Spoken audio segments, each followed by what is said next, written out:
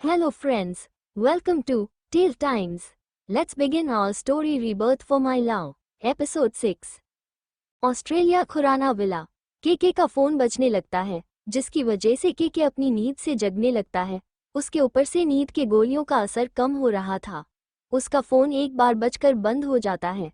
Jennifer KK की फिकती पलकों को देखकर अपनी आंखें बंद करके सीने का नाटक करने लगती है। उसको पता था अब कभी भी केके उठ सकता था।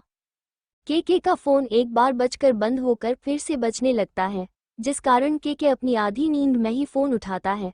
उसके फोन उठाते ही दूसरी साइड से ऐसा कुछ कहा गया जिसके चलते उसकी पूरी नींद उड़ गई। उसकी जगह उसके चेहरे पर गुस्से में ले ली। वो बेहद ही गुस्से में लग रहा था। उसी गुस्से में वो कहता है, किसकी इतनी जरूरत जो मुझसे पंगा ले रहा है। जो भी कोई हो उसका पता लगाओ, उसको उसकी औकात दिखानी होगी। मैं आ रहा हूँ, तब तक मेरे सामने उसकी पूरी कुंडली हाजिर होनी चाहिए। इतना कहकर वो फोन कट करके अपने असिस्टेंट को फोन करके यूएसए के लिए जेट रेडी करने को कहता है। उसके बाद वो अपने भावों में सोई हुई जेनिफर की तरफ देखता है। उसको इतनी सुकून से अपनी बाहों में सोता देख उसका गुस्सा छूमंतर होता है। उसके चेहरे पर अब गुस्से की जगह एक प्यारी स्माइल ने ले ली थी। वो उसके माथे पर एक किस करके बेड से उठकर अपने कपड़े पहनकर वॉशरूम में जाके फ्रेश होकर वहां से चला जाता है। उसकी तरफ से तो जेनिफर अब सुबह ही उठेगी, तब तक उसको कुछ याद भी रहेगा या नहीं ये पता नहीं था। इसलिए वो वहां से सीधा विला के बाहर आकर अपनी कार में बैठ के एयरपोर्ट की तरफ चला जाता है। वही जेनिफर बालकनी के खिड़की से उसे जाते हुए देख रही थी। उसके जाते ही उसके चेहरे पर एक मिस्टीरियस स्माइल आती है। वो अपना फोन निकल कर किसी को कॉल करके उसको बताती है, शिकार यहाँ से निकल गया है, जल्द ही वो वहाँ पहुँच जाएगा। केयरफुल, वो कुछ बड़ा करने वाला है। ऑस्ट्रेलिया में उसकी यह की मीटिंग पोस्टपोन होकर यूएसए में ही होने वाली है। वैसे भी मैंने तुमको उसके फ़ोन का पूरा कंट्रोल दिया है। और हाँ, एक खास बात, वो हमेशा अपना चेहरा बदलता है। उसका असली चेहरा उन सब मास्क के पीछे छुपा हुआ है, जिसके बारे में पता लगाना मुश्किल है। पर मैंने उसके अंदर तुमने मुझे दिया हुआ ट्रैकर इंस्टॉल कर दिया है, जिससे तुम्हारे मुताबिक कोई भी मशीन उसको ट्रेस नहीं कर पाएगी। आई होप तुम अपने मिशन में कामयाब हो। All the best, thumbs up का चिन्ह। इतना कहकर वो फोन कट कर देती है। उसके बाद वो बेड पर जाके सो जाती है। दूसरी तरफ से वो आदमी जेनिफर की सारी बातें सुनने के बाद अपना फोन कट करके अपने पॉकेट में डाल देता है और अपने आईपैड पर केके की जो लोकेशन दिखाई दे रही थी उसको देखकर अपने चेहरे पर एक डेविल स्माइल करके कार में बैठकर अपनी कार लेकर कहीं चला जाता है। यूएसए शिव का सेफ हाउस। शिव और उसकी टीम जो इंसान उनका पीछा कर रहा था उसको चकमा देकर सेफ हाउस पहुंच चुके थे। अभी वो स्टडी रूम में बैठकर कुछ डिस्कस कर रहे थे। उस शांत रूम में मैसेज पढ़ने की बीप की आवाज़ आती है, जिसकी वजह से सबका ध्यान उस तरफ जाता है। वो मैसेज शिव के मोबाइल पर आता है। जब वो उस मैसेज को ओपन करके देखता है तो इसके चेहरे पर स्माइल आ जाती है। वो मैसेज का आइकॉन बंद करके अपना ईमेल चेक करता है। उस पर भेजी हुई इन्फॉर्मेशन पढ़कर वो उस सारी इन्फॉर्मेशन को आरव को सेंड करता है और उससे कहता है, नज़र रखो, इस पर हमारे लिए बेहद बड़ा क्लू है। शिव के कहने पर जब आरव वो इन्फो पढ़ता है तो उसके चेहरे पर भी एक बड़ी स्माइल आती है। वो शिव से कहता, यस चीफ, अब केके को कुछ ही दिनों में हम पकड़कर इंडिया लेके जाएंगे उसकी खातिरदारी करने। उसकी बातें ध्यान से सुन रही बाकी की टीम को पहल तो कुछ समझ नहीं आता। मनोज अपना सर खुजलाते हुए कहता है, आरव, हम उसको कुछ ही दिनों में कैसे पकड़ेंगे जब हमारे पास अब तक उसकी कोई भी इंफॉर्मेशन नहीं है। वो हमारे उसके जाग पर पहुंचने से पहले ही वहां से रफू चक्कर हो जाता है। सबको उसकी बात सही लगती है। वो सब जवाब के लिए आरव की तरफ देखते जो कि अपने लैपटॉप पर कुछ कर रहा था। उसकी उंगलियां तेजी से लैपटॉप पर चल रही थी और शिव वहां से आरव को सारी इन्फॉर्मेशन सेंड करके पहले ही जा चुका था। आरव को जब अपने ऊपर किसी की नज़र का एहसास होता है तो वो अपना सर ऊपर करके देखता है। सब उसकी तरफ अपने सवाल को जवाब मांग राज थे। वो अपने कंधे उचकाकर उनकी तरफ अपना लैपटॉप करके कहता है, चीफ के खास इन्फॉर्मर ने उनको ये इन्फॉर्मेशन सेंड की है। वो दिखाकर अर्ब स्क्रीन चेंज करके उनकी तरफ दिखाकर कहता है, और ये रहा कि अब ये कहीं भी जाए हमें इसके बारे में पता लग जाएगा। उसके अंदर ट्रैकर फिक्स किया हुआ है जिस कोई भी मशीन पता नहीं लगा पाएगी। उनके ये सब दिखाकर और बताकर वो अपने काम पर लग जाता है। वो सब ये सब सुन के खुश हो जाते हैं। तभी उन सब के मोबाइल पर अपने चीफ का मैसेज आता है जिसमें उन सबको अब क्या करना है उसकी जानकारी थी। सबको अपना अपना टास्क मिल चुका था और वो सब भी अपने काम पर लग चुके थे। श्रेया गांव वालों से बात कर ही रही थी, तभी उसके सामने इंसान का कटा हुआ सिर पड़ता है। उसने अपने 2 कदम पीछे ले लिए। वो अपनी गुस्से से बारी लाल आंखों के साथ उस तरफ देखती है जहां से वो कटा हुआ सिर आया था। गांव वाले उस कटे हुए सिर को देखकर ही डर के मारे पीछे हो गए थे। गांव वाले खुद को संभाल ही रहे थे कि उनके कान में श्रेया की खतरनाक आवाज आई, जो कि कह रही थी, ये दुस्साहस किसने किया? हिम्मत है तो सामने आओ। श्रेया इस वक्त बेहद गुस्से में थी। उसका पूरा चेहरा गुस्से की वजह से लाल हो गया था। उसको ऐसे देख के वहां मौजूद गुरु माँ का एक शिष्य दौड़कर गुरु माँ के आश्रम की तरफ चला गया उनको बुलाने के लिए। श्रेया के पुकारने पर उसके सामने एक काला साया आता है। वो बेहद ही खतरनाक तरीके से हंस रहा था। कुछ समय बाद वो काला साया अपने असली रूप में आ गया था।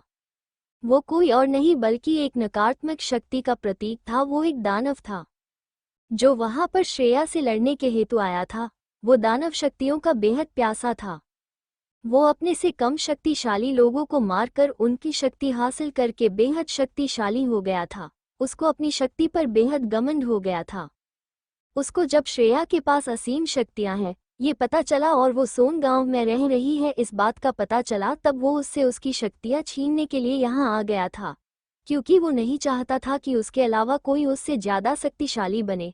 वो उन गांव वालों पर हमेशा जुल्म करता था, पर उसे ये नहीं पता था वो शक्तियों के लालच से अपने अंत के पास आ गया था। साथ में ही उसके अंत के साथ इस गांव में रहने वाले लोगों को भी मुक्ति मिल जाएगी। ये गांव सदा के लिए मिट जाएगा। दानव श्रेया की तरफ देखकर उससे कहता है, तो वो तुम हो जिसके पास शक्तियां हैं, पर तुम तो बेहद छोटी हो। कोई बात नहीं, मुझे तुम्हारी सारी शक्तियां चाहिए। तुम अपने मर्जी से मान जाओ तो ये तुम्हारे लिए और इस गांव वाले के लिए अच्छा है, नहीं तो मुझे शक्तियां छीनना अच्छी तरह से आया है। श्रेया उसकी बात पर उससे कहती है, मैं तुम्हें अपनी शक्तियां नहीं दूंगी बल्कि मैं तुम्हारा इस धरती पर से नामो निशान मिटा दूंगी। तुमने अब तक बेहद कर ली अपनी मनमानी, पर अब नहीं, तुमने मेरे सामने आकर बहुत बड़ी गलती कर दी। अब तैयार हो जाओ अपने अंत को देखने के लिए। इतना कहकर वो अपने मन में मंत्र बोलती है। उसी के साथ एक रक्षा कवच में सारे गांव वालों को सेव करती है। उसके बाद अपने हाथों में एक बेहद बड़ा आग का गोला बनाकर उस दानव की तरफ फेंक देती है। दानव श्रेया की बाती से बेहद गुस्से में आ गया था। जब वो श्रेया को अपने ऊपर वार करता हुआ देखता है तो वो श्रेया से बड़ा शक्ति का गोला बनाकर उसकी तरफ फेंक देता है। दोनों गोले एक दूसरे को टकराकर खत्म होते हैं। श्रेया फर्ज उसके ऊपर अपने वायु तत्व और जल अग्नि तत्व को एकत्र करके एक शक्तिशाली गोला उसके तरफ देखती है। ये सब उसने इतनी जल्दी किया को दानव को अपने आप को बचाने का मौका ही नहीं मिला। उस तीनों तत्व के गोले ने उसको बेहद गंभीर तरह से जख्मी कर दिया।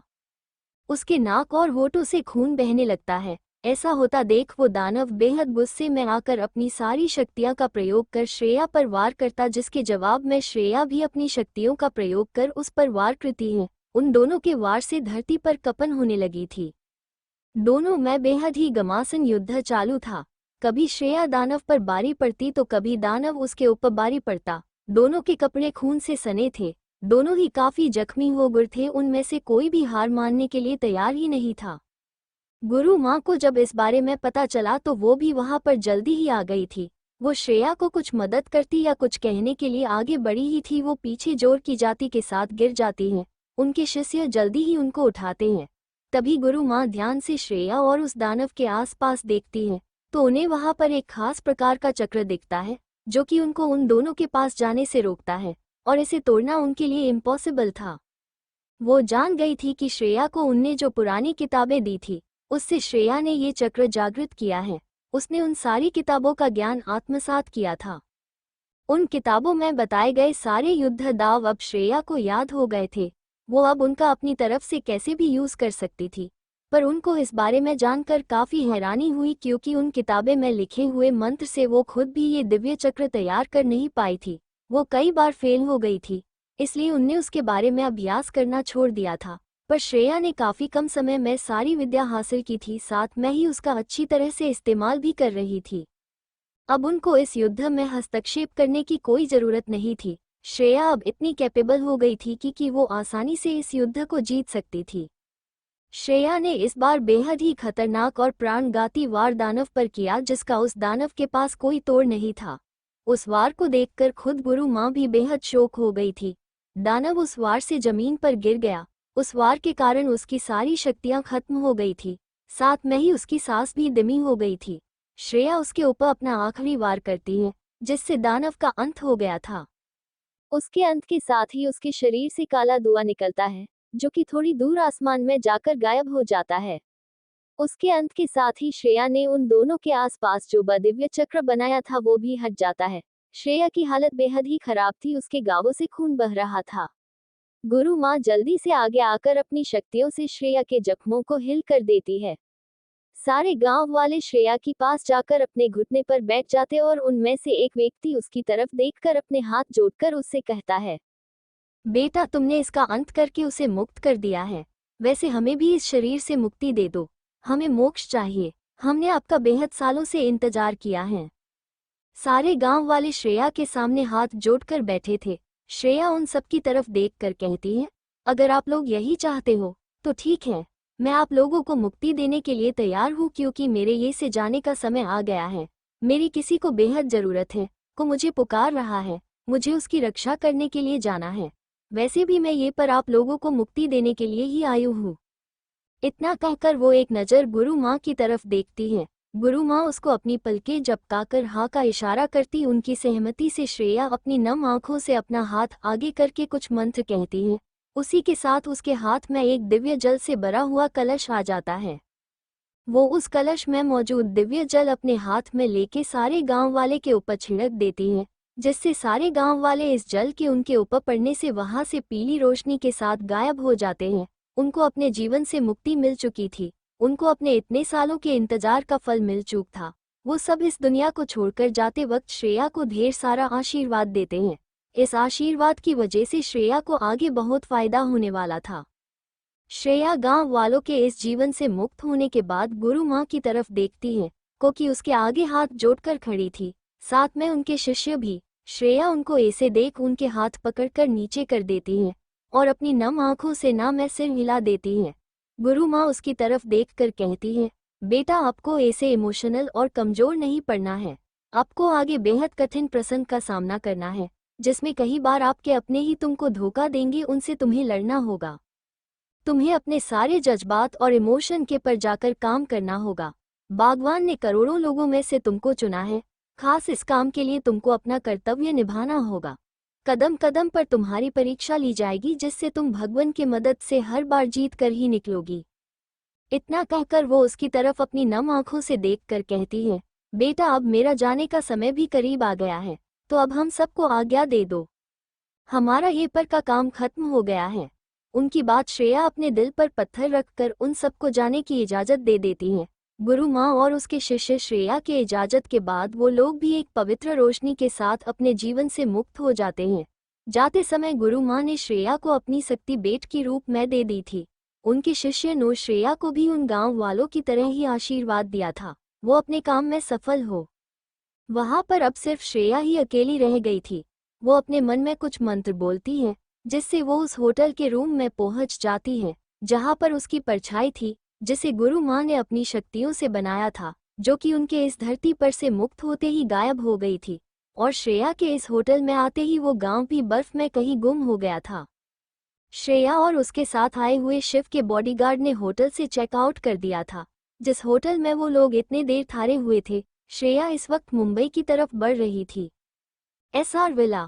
आदित्य और सिया जी 2 दिनों से साथ में रहकर एक दूसरे के बारे में अच्छे से जान रहे थे। आदित्य इतने सालों के बाद माँ के प्यार को महसूस कर रहा था। सिया जी भी अपनी बेटे को अपने सामने जिंदा देखकर खुश थी। उनने जिसे मरा हुआ समझ था, जो कि आज उनके सामने जिंदा है, तो वो बस अपने बेटे के साथ अच्छा समय बिता रही थी। साथ में उनकी डेली श्रेया से भी बात हो रही थी। श्रेया ने अपनी मॉम को नहीं बताया था कि वो मुंबई के लिए निकल चुकी हैं और किसी भी समय वो मुंबई में पहुंच सकती हैं। इस वक्त श्रेया के मन में क्या चल रहा था और वो क्या करने वाली है, उसकी भनक किसी को भी नहीं थी। पर आगे जो भी होने वाला बेहद बड़ा होने वाला था। श्रेया और उसके साथ आए हुए शिव के बॉडीगार्ड ने होटल से चेकआउट कर दिया था। जिस होटल में वो लोग इतने देर ठहरे हुए थे, श्रेया इस वक्त मुंबई की तरफ बढ़ रही थी। SR villa. आदित्य और सिया जी 2 दिनों से साथ में रहकर एक दूसरे के बारे में अच्छे से जान रहे थे। आदित्य इतने सालों के बाद मां के प्यार को महसूस कर रहा था। सिया जी भी अपनी बेटे को अपने सामने जिंदा देखकर खुश थी। उनने जिसे मरा हुआ समझ था जो कि आज उनके सामने जिंदा है, तो वो बस अपने बेटे के साथ अच्छा समय बिता रही थी। साथ में उनकी डेली श्रेया से भी बात हो रही थी। श्रेया ने अपनी मॉम को नहीं बताया था कि वो मुंबई के लिए निकल चुकी हैं और किसी भी समय वो मुंबई में पहुंच सकती हैं। इस वक्त श्रेया के मन में क्या चल रहा था और वो क्या करने वाली हैं, उसकी भनक किसी को भी नहीं थी। पर आगे जो भी होने वाला बेहद बड़ा होने वाला था। श्रेया मुंबई पहुंच चुकी थी। वो शिव ने जो उसके साथ बॉडीगार्ड भेजे थे उनको वहां से बेचकर वो मुंबई के बाहर एक सुनसान जगह पर आती है। वो जहां थी वहां आसपास किसका भी नामो निशान नहीं था। वो उस सुनसान जगह पर बने एक खंडर के अंदर चली जाती है। वो खंडर बाहर से दिखने में ही बेहद डरावना लग रहा था। श्रेया खंडर के अंदर चली जाती है। उसके आगे एक अजीब ही तरह की दीवार थी जिस पर अलग प्रकार की ही चित्रकारी की थी। उस पर कुछ अलग ही भाषा में कुछ लिखा था, पर इस पर क्या लिखा था ये समझ नहीं आ रहा था।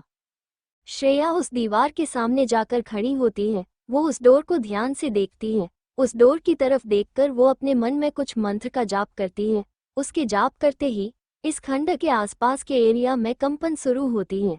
जैसे जैसे श्रेया के मंत्र उच्चार की गति बढ़ती जा रही थी वैसे वो जमीन की कंपन बढ़ती जा रही थी। उस खंड के आसपास कोई रहता नहीं था। वो एक सुनसान जगह थी, वो भी जंगल के बिल्कुल भी, इसलिए इस कंपन के बारे में किसी को भी पता नहीं चलता। पर कई दूर किसी बेहद ही मिस्टीरियस जगह पर एक आदमी एक पेड़ के नीचे बैठकर साधना कर रहा था। उसके चेहरे पर एक अलग ही चमक थी, साथ में ही उसके आसपास के वातावरण में एक अलग ही तरफ की पॉजिटिव एनर्जी थी। जैसे ही श्रेया ने वो मंत्र उच्चारण शुरू किया और उसके उस मंत्र के जाप करते ही उस आदमी ने अपनी आंखें खोल दिया था। उसकी आंखों का कलर नीला था। अगर कोई उसके आंखों में देखता तो उसमें डूब ही जाता। उसकी आंखें समुंदर जितनी गहरी थी। उस आदमी ने अपनी आंखें खोलकर आसमान की तरफ देखकर कहता है, वो आखिर अपने असली पहचान को समझ गई है। उसने अपनी सारी पावर भी जागृत कर ली है और अभी वो जिस जगह पर है वो उसके कर्तव्य पर उसका पहला कदम है। किसकी 100 सालों की तपस्या का आज अंत होने वाला है। आज उसको अपने इतने सालों के तप का फल मिलने वाला है। इतना कहकर वो आदमी वहां से उठकर अपने चेहरे पर बड़ी सी स्माइल लेकर अपनी कुटिया में चला जाता है। उसको प्रसन्न देखकर उसके आसपास का वातावरण भी आनंदी हो गया था। शिव इस वक्त अपने प्राइवेट विला के स्टडी रूम में अपने स्टडी टेबल पर बैठकर कुछ डॉक्यूमेंट्स पढ़ रहा था। जैसे जैसे वो डॉक्यूमेंट पढ़ रहा था वैसे वैसे उसके चेहरे के भाव बदल रहे थे। थोड़ी देर में ही पूरे डॉक्यूमेंट रीड करने के बाद वो उन्हें साइड करके अपना फ़ोन निकलकर किसी को कुछ मैसेज कर देता है। उसके बाद वो अपना लैपटॉप निकाल कर बैठ जाता है। शिव के हाथ की उंगलियां उस लैपटॉप पर तेजी से चल रही थी, जैसे उसकी उंगली कीबोर्ड पर डांस ही कर रहा था। थोड़ी देर में उसके लैपटॉप की स्क्रीन पूरी ब्लैक हो जाती है। जैसे उसकी स्क्रीन ब्लैक हो गई थी वैसे ही उसकी स्क्रीन ऑन हो जाती है और उसके स्क्रीन पर इस वक्त कुछ इन्फॉर्मेशन दिख रही थी, जिसे वो कॉफ़ी एक पेनड्राइव में करके वो अपने विला से निकलकर सेफ हाउस की तरफ चला जाता है। उसी के साथ ही वो अपनी टीम को भी वो जहाँ थे वहाँ से उनको जल्दी ही सेफ हाउस में बुला लेता है। के ऑस्ट्रेलिया से निकलकर सीधा लॉस एंजलिस में बने उसके एक सीक्रेट अड्डे पर पहुंच गया था। उस सीक्रेट जगह पर प्रोफेसर जोसेफ और उनके सभी साइंटिस्ट उस जगह पर थे। वो सीक्रेट जगह बिल्कुल एक लैब की तरह थी। ये के की स्कट दूसरी लैब थी। उसने पहले ही इसे तैयार कर दिया था ताकि अगर कभी उसके उस लैब का पता किसी को पता चला तो उसके पास सेकंड ऑप्शन तैयार रहे। ये लैब भी उस जगह जितनी ही बड़ी थी। इसमें भी लेटेस्ट और सारे हाईटेक इक्विपमेंट थे। उन लोगों जब पहले सीक्रेट लैब के बारे में किसी को पता चला है और उसने उनके सीक्रेट डोर को भी सेफली ओपन किया है, इस बारे में जानकारी मिली तो इन लोग ने जल्दी से अपने बनाए हुए वायरस के सैंपल कलेक्ट करके उस लैब में बनाए गए दूसरे सीक्रेट रास्ते से उस लैब से चले गए और साथ में उन लोगों ने उस लैब में बॉम्ब भी फिट की था ताकि उनके मिशन के बारे में किसी को कुछ पता न चले, कोई सबूत पीछे न छूटे। के इस वक्त अपने सीक्रेट जगह पर बने लैब के एक रूम में प्रोफेसर जोसेफ के साथ कुछ बात कर रहा था। प्रोफेसर जोसेफ ने वायरस के कई सैंपल रेडी कर दिए थे। एंटीडोट बनाने का काम भी चल रहा था। एंटीडोट तो लगभग तैयार हो ही चुका था, बस कुछ और दिन बाकी थे उसके बाद केके का असली मिशन चालू होने वाला था। श्रेया के मंत्र उच्चार की गति धीरे धीरे तेज होती जा रही थी। वैसी ही इस खंडक के आसपास के जगह में कंपन की गति भी तेज हो जाती है। उसी के साथ श्रेया के सामने की दीवार पर बने चित्र में भी कुछ बदलाव आने लगता है। उस दीवार पर बने चित्र का कलर भी बदल रहा था। कलर बदलते बदलते उस दीवार का कलर लाल भड़क हो गया। एक जोर की आवाज के साथ वो दीवार 2 पार्ट में डिवाइड हो गई थी। दीवार 2 पार्ट में डिवाइड होने के बाद वहां पर एक बेहद ही पुराना डोर दिखता है, जिस पर दोनों तरफ से नागराज की प्रतिमा थी। श्रेया उस दीवार के 2 पार्ट में डिवाइड होने के बाद अपनी आंखें खोलती है। आंखें खोलते ही उसके सामने वो डोर दिखता है जिसमें नागराज की प्रतिमा थी।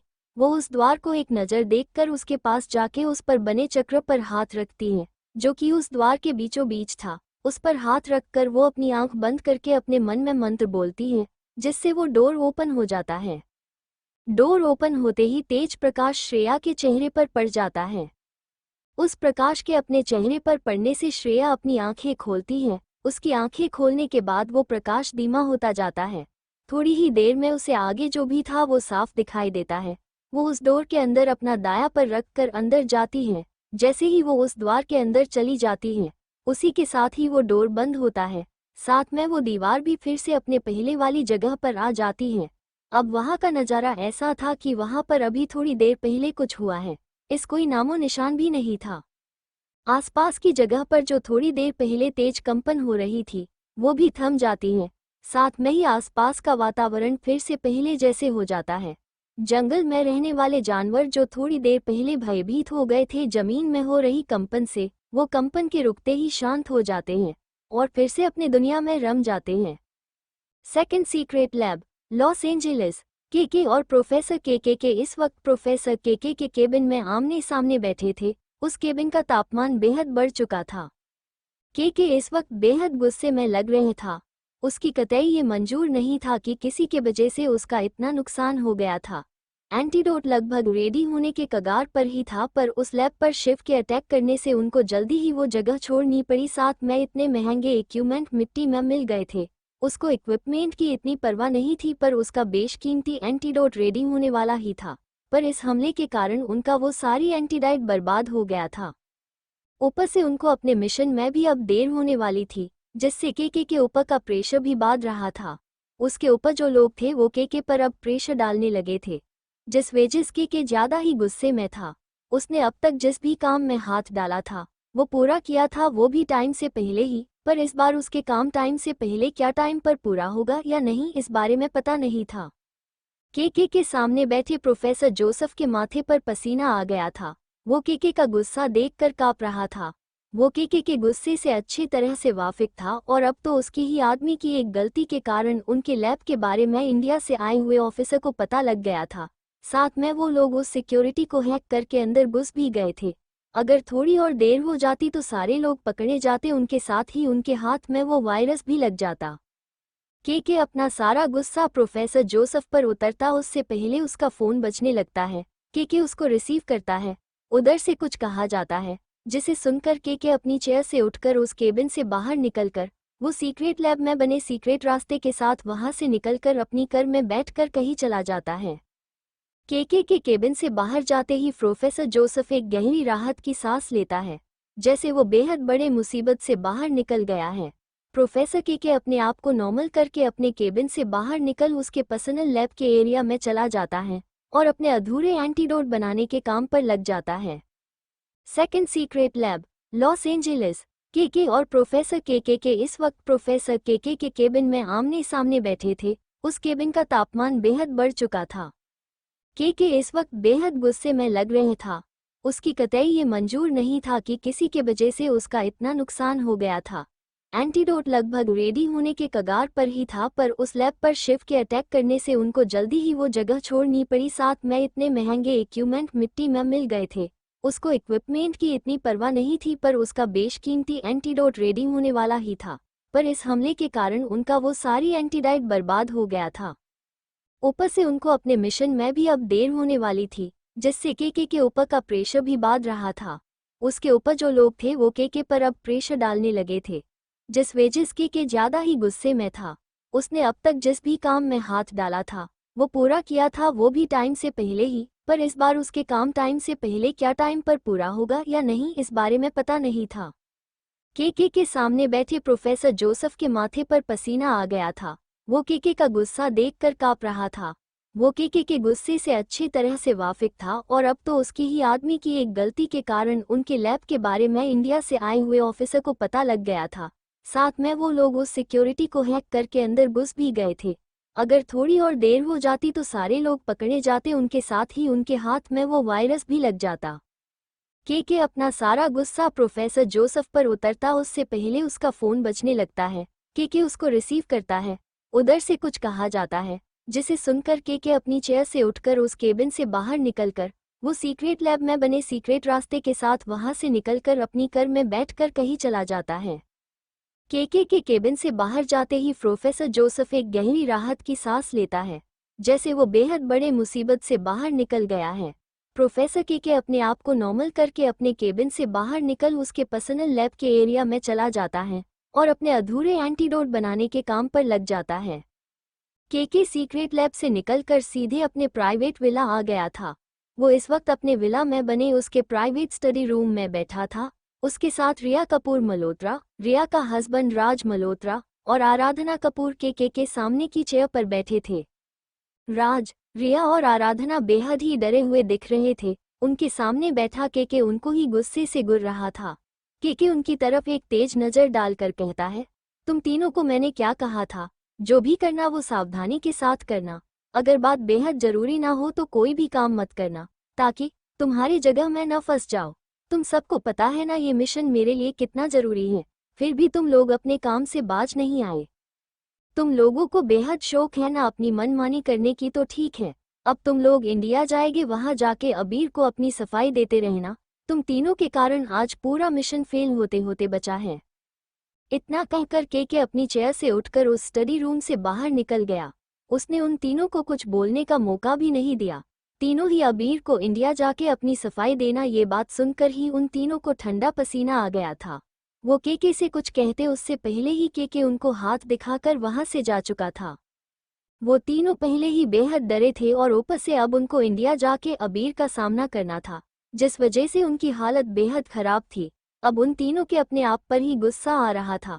उन लोगों ने अगर उस डील में हाथ ही नहीं डाला होता, जिस वजह से अब उनको अबीर जा सामना करना था। अगर वो लोग उस डील से मिलने वाले पैसों में इतना अंधा नहीं होते तो आज उन पर ये नौबत नहीं आती। पर अब पछताने का कोई फायदा नहीं था, अब कुछ नहीं हो सकता था। उन सबको अब इंडिया किसी भी हाल में जाना ही था और अबीर की सजा को सहना ही था। अबीर किसी राक्षस से कम नहीं था। उसकी सजा का सामना करना किसी के भी बस की बात नहीं थी। ये मिशन जितना केके के लिए इम्पोर्टेंट था उतना ही अबीर के लिए भी जरूरी था। इंडिया। श्रेया उस खंड के अंदर चली गई थी। उस द्वार के अंदर जाते ही उसके सामने 3 रास्ते थे। उन तीनों रास्तों के एंट्रेंस पर 3 सेम भगवान शिव की प्रतिमा थी। श्रेया को उन तीनों रास्तों में से एक रास्ते को चुनना था जो सही था। उसे उस खंड के अंदर एंट्री करने के लिए कदम पर उसको ऐसे ही पहेलियों को सुलझाना था। अब उसके सामने इन 3 सेम दिखने वाली भगवान शिव के प्रतिमा की पहेली थी। उसे सुलझाकर उसे सही रास्ता चुनना था। इतनी सारी पहेलियां उस खंड में इसलिए बनाई गई थी क्योंकि उसके अंदर जो कोई भी है उसे कोई आसानी से क्षति न पहुंचा पाए। खंड में जो कोई भी था या जो कोई भी चीज थी वो बेहद मूल्यवान थी। अगर कोई उस खंड में आकर प्रथम द्वार को पार भी कर दे, उसको आगे बेहद सारे फासले पार करने थे। अगर उसे एक भी चूक हो जाए तो उसे सीधा अपने प्राण त्यागना होगा। श्रेया अपने सामने के 3 रास्तों में बने भगवान शिव की प्रतिमा को ध्यान से देखती है। उसको तीनों प्रतिमा सेम ही लगती हैं। भगवान शिव की प्रतिमा को ध्यान से देखने के बाद वो उस प्रतिमा के साइड में रखे कलरफुल पत्थर को अपने जगह से हटाकर उस पत्थर को वो भगवान शिव के तीसरी आंखों के बीचों बीच जो जगह थी वहां पर रख देती है। पहले रास्ते के एंट्रेंस पर बनी भगवान शिव के प्रतिमा पर वो पत्थर रखने के बाद उस प्रतिमा में कोई बदलाव नहीं हुआ। उसके बाद वो दूसरे साइड के भगवान शिव के प्रतिमा के ऊपर वो पत्थर रख देती हैं। उस प्रतिमा में भी कोई बदलाव नजर नहीं आता, तो वो बची हुई आखिरी भगवान शिव के प्रतिमा पर उस पत्थर को रख देती हैं। उसके भगवान शिव के तीसरी आंखों के बीचों बीच जो जगह थी वहां पर वो पत्थर रखते ही उस पत्थर का कलर चेंज होकर रेड हो जाता है। इसका मतलब था उसको सही रास्ता मिल गया है। श्रेया बीच वाले रास्ते से होकर आगे बढ़ती है। वो जैसे जैसे अपना कदम उस रास्ते पर आगे बढ़ा रही थी, वैसे ही उसको पॉजिटिव एनर्जी का भास हो रहा था। कुछ कदम चलने के बाद श्रेया के सामने एक बेहद बड़ा द्वार आता है, जिस पर नागराज की 2 प्रतिमा थी। साथ में उन 2 नागराज के प्रतिमा के बीच एक होल था। श्रेया उस होल में अपने साथ ले हुए रेड कलर के पत्थर को रख देती है, जो कि उसने पीछे वाले रास्ते से उस पत्थर को अपने साथ रख था। उस पत्थर को उस होल में रखते ही एक तेज आवाज के साथ वो द्वार खुलता है। उसके खुलते ही उसमें से तेज रोशनी बाहर आती है, जिससे श्रेया की आंखें अपने आप बंद होती हैं। कुछ मिनट के बाद वो रोशनी धीरे धीरे कम हो जाती है। उस रोशनी के काम होते ही श्रेया को उस द्वार के अंदर का नज़ारा साफ दिखाई देता है। वो अपना कदम आगे बढ़ाकर उसके अंदर प्रवेश करती है। उसके अंदर प्रवेश करते ही बाहर का द्वार क्लोज होकर फिर से पहले तरह हो जाता है। श्रेया उस द्वार से अंदर जाती है। उसके सामने एक बेहद बड़ी और मनमोहक भगवान शिव की मूर्ति थी। उस मूर्ति के गले में जीवित नागराज विराजमान थे। साथ में उस मूर्ति के आसपास बेहद सारे सांप थे, जैसे वो अपने ईष्ट की सेवा कर रहे थे, उनके सानिध्य का आनंद ले रहे थे। वो मूर्ति देखने में बेहद ही सुंदर और मनमोहक लग रही थी। उसको एक बार देखने से ही कोई उस पर मोहित हो जाए, कोई उस मूर्ति की सुंदरता की तारीफ किए भी रह ही नहीं पाएगा। श्रेया भी कुछ पल के लिए उस मूर्ति की सुंदरता में खो ही गई थी। वो आगे बढ़कर भगवान शिव के प्रतिमा को प्रणाम करती है। उसके बाद वो नागराज को प्रणाम करके आगे बढ़ने की आज्ञा मांगती है। लॉस एंजलिस, शिव और उसकी सारी टीम इस वक्त सेफ हाउस में बने स्टडी रूम में बैठी थी। शिव अपनी सारी टीम पर एक नज़र डालकर कहता है, अगर हम सबको केके को जिंदा पकड़ना है तो हमें इस आदमी पर नज़र रखनी होगी। इतना कहकर वो एक फोटोग्राफ टेबल पर रखता है। फोटोग्राफ को टेबल पर रखकर वो उनको उस फोटोग्राफ में मौजूद आदमी के बारे में बताता है। ये आदमी और कोई नहीं बल्कि ऑस्ट्रेलिया का बिजनेसमैन करण खुराना है। इस पर नज़र रखो, हमको केके के बारे में सब पता चलेगा। और ये काम आरव तुम करोगे, अपने साथ आकृति को ले लो। शिव की बात पर आरव और आकृति यस चीफ कहते हैं। शिव उनको एक फाइल पास करता है जिसमें करण खुराना के बारे में सारी डिटेल थी।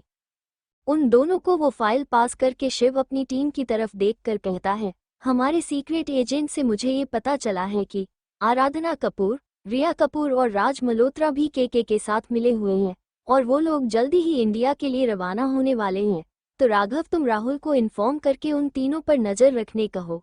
अनवर 24 घंटे नज़र रखो। वो लोग किस से मिलते हैं, कहाँ जाते हैं, क्या करते हैं, उनके बारे मुझे सब कुछ जानना है। उसकी बात पर राघव शिव की तरफ देखकर कहता है, ओक चीफ, हो जाएगा। उसके बाद शिव अपनी सारी टीम को एक एक टास्क दे देता है। साथ में ही वो प्रोफेसर जोसेफ की हिस्ट्री भी निकलने को कहता है। थोड़ी देर थोड़ी फार डिस्कशन करने के बाद सारी टीम अपने अपने काम पर लग जाती है। उन लोगों ने पूरे लॉस एंजलिस पर जहाँ जहाँ पर गैरकानूनी काम होते हैं वहाँ पर अपने आदमी लगा दिए थे। उसी के साथ जो भी संदेहजनक लगे उस पर नज़र रखनी शुरू कर दी थी। ये सब वो लोग वहाँ पर नॉर्मल लोगों की तरह ही उन सब के बीच रहकर कर रहे थे। शिव और उसकी सारी टीम ने अपना पूरा गेट अप चेंज कर लिया था ताकि उन पर किसी को शक न हो। खंड। श्रेया इस वक्त भगवान शिव के मनमोहक मूर्ति के सामने खड़ी थी। वो महादेव की मनमोहक और तेजस्वी मूर्ति को प्रणाम करके उनके गले में विराजमान नागराज से आगे बढ़ने की अनुमति लेती हैं। नागराज भी महादेव के सिर पर रखा बेलपत्र श्रेया के हाथ में गिरकर उसको आगे बढ़ने की परमिशन देते हैं। साथ में अपने कार्य में सफल होने का आशीर्वाद भी देते हैं। श्रेया उस बेलपत्र को अपने आंखों पर लगाकर फिर से एक बार महादेव और उनके गले में विराजमान नागराज को प्रणाम करती हैं। श्रेया महादेव की मूर्ति के सामने रखी एक रुद्राक्ष को उठाकर उसको महादेव के गले में जो रुद्राक्ष की माला थी उसमें एक रुद्राक्ष काम था उसमें उस रुद्राक्ष को रखाकर उस रुद्राक्ष की माला को पूर्ण करती है। उसके ऐसे करते ही महादेव की मूर्ति अपने जगह से हटकर साइड हो जाती है। उसी के साथ उस मूर्ति के नीचे सीढ़ियां दिखाई देती हैं। श्रेया उन सीढ़ियों से नीचे चली जाती है। 4-5 सीढ़ियां नीचे आने के बाद वो एक जगह रुक जाती है। उसके आगे बेहद सारे सांप थे। उनसे थोड़ी दूर एक जगह पर एक सुंदर नीले कलर का हीरा रखा हुआ था जो कि बेहद ही चमक रहा था। उस हीरे की रक्षा करने के लिए उसके आसपास बेहद सारे नाग थे। एक नाग उस हीरे के पास अपना फन फैलाकर बैठ था। श्रेया के अंदर आते ही सारे सांप उसकी तरफ देखने लगते हैं। श्रेया उन सबको देखकर अपने दोनों हाथ जोड़कर उनको प्रणाम करके अपना कदम आगे बढ़ा थी। उसके हाथ अभी भी जोड़े हुए थे, साथ में वो अपने मन में कोई मंत्र उच्चार कर रही थी। वो जैसे जैसे अपना कदम आगे बढ़ा रही थी, वैसे वैसे सारे सांप अपनी जगह से हट रहे थे, उसको आगे जाने के लिए रास्ता बना रहे थे। श्रेया उनके बनाए रास्ते से होकर आगे बढ़कर उस हीरे के सामने आकर खड़ी होती है। उस हीरे के पास बैठे नाग श्रेया को देखकर उस हीरे के पास से चला जाता है।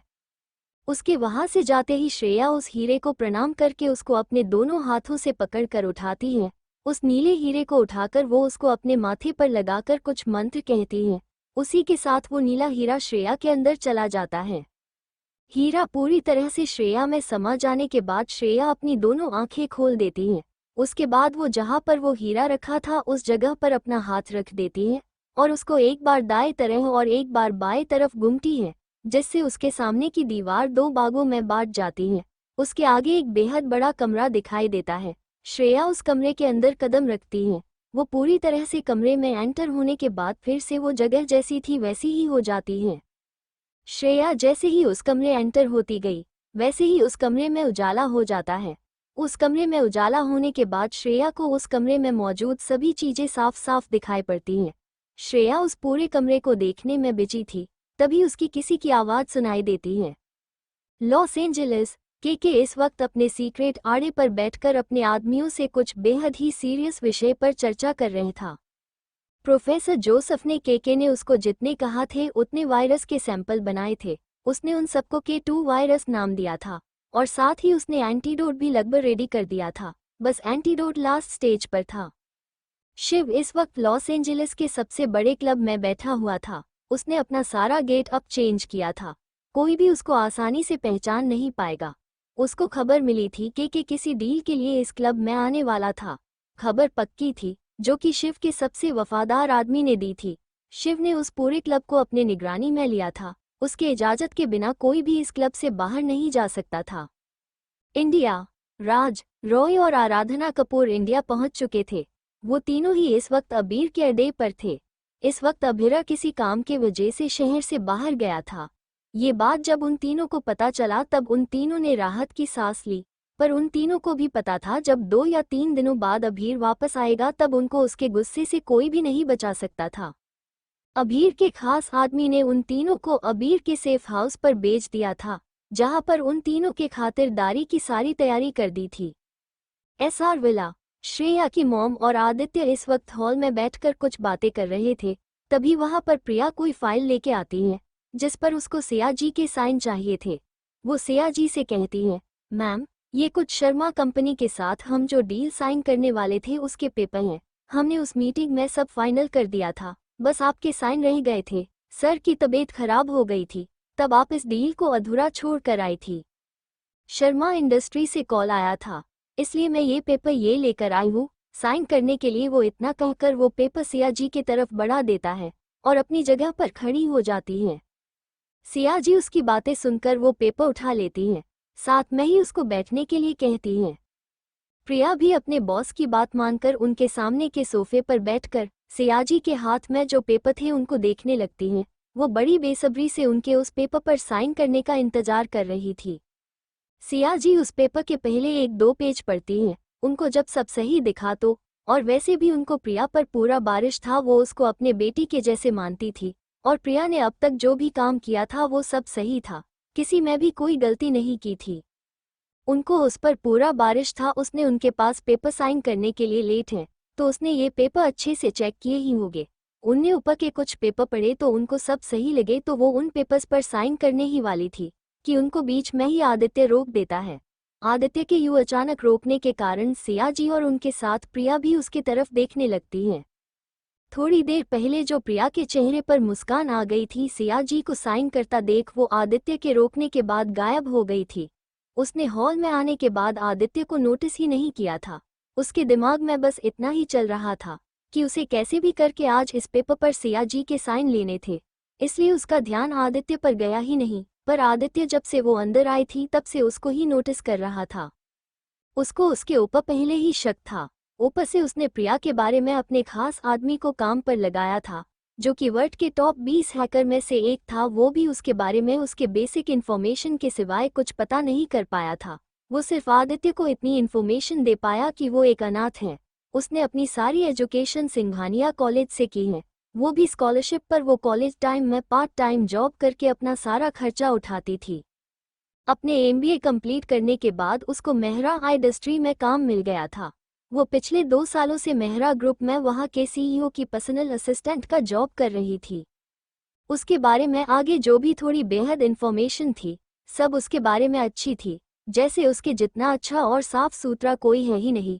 उसकी इतनी क्लियर इमेज देखकर आदित्य का उसके ऊपर का शक और भी बढ़ गया था।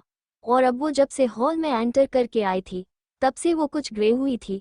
उसकी बॉडी लैंग्वेज कुछ और ही कह रही थी। वो खुद को बेहद शांत दिखाने की कोशिश कर रही थी, पर वो आदित्य की नज़र से नहीं बच पाई।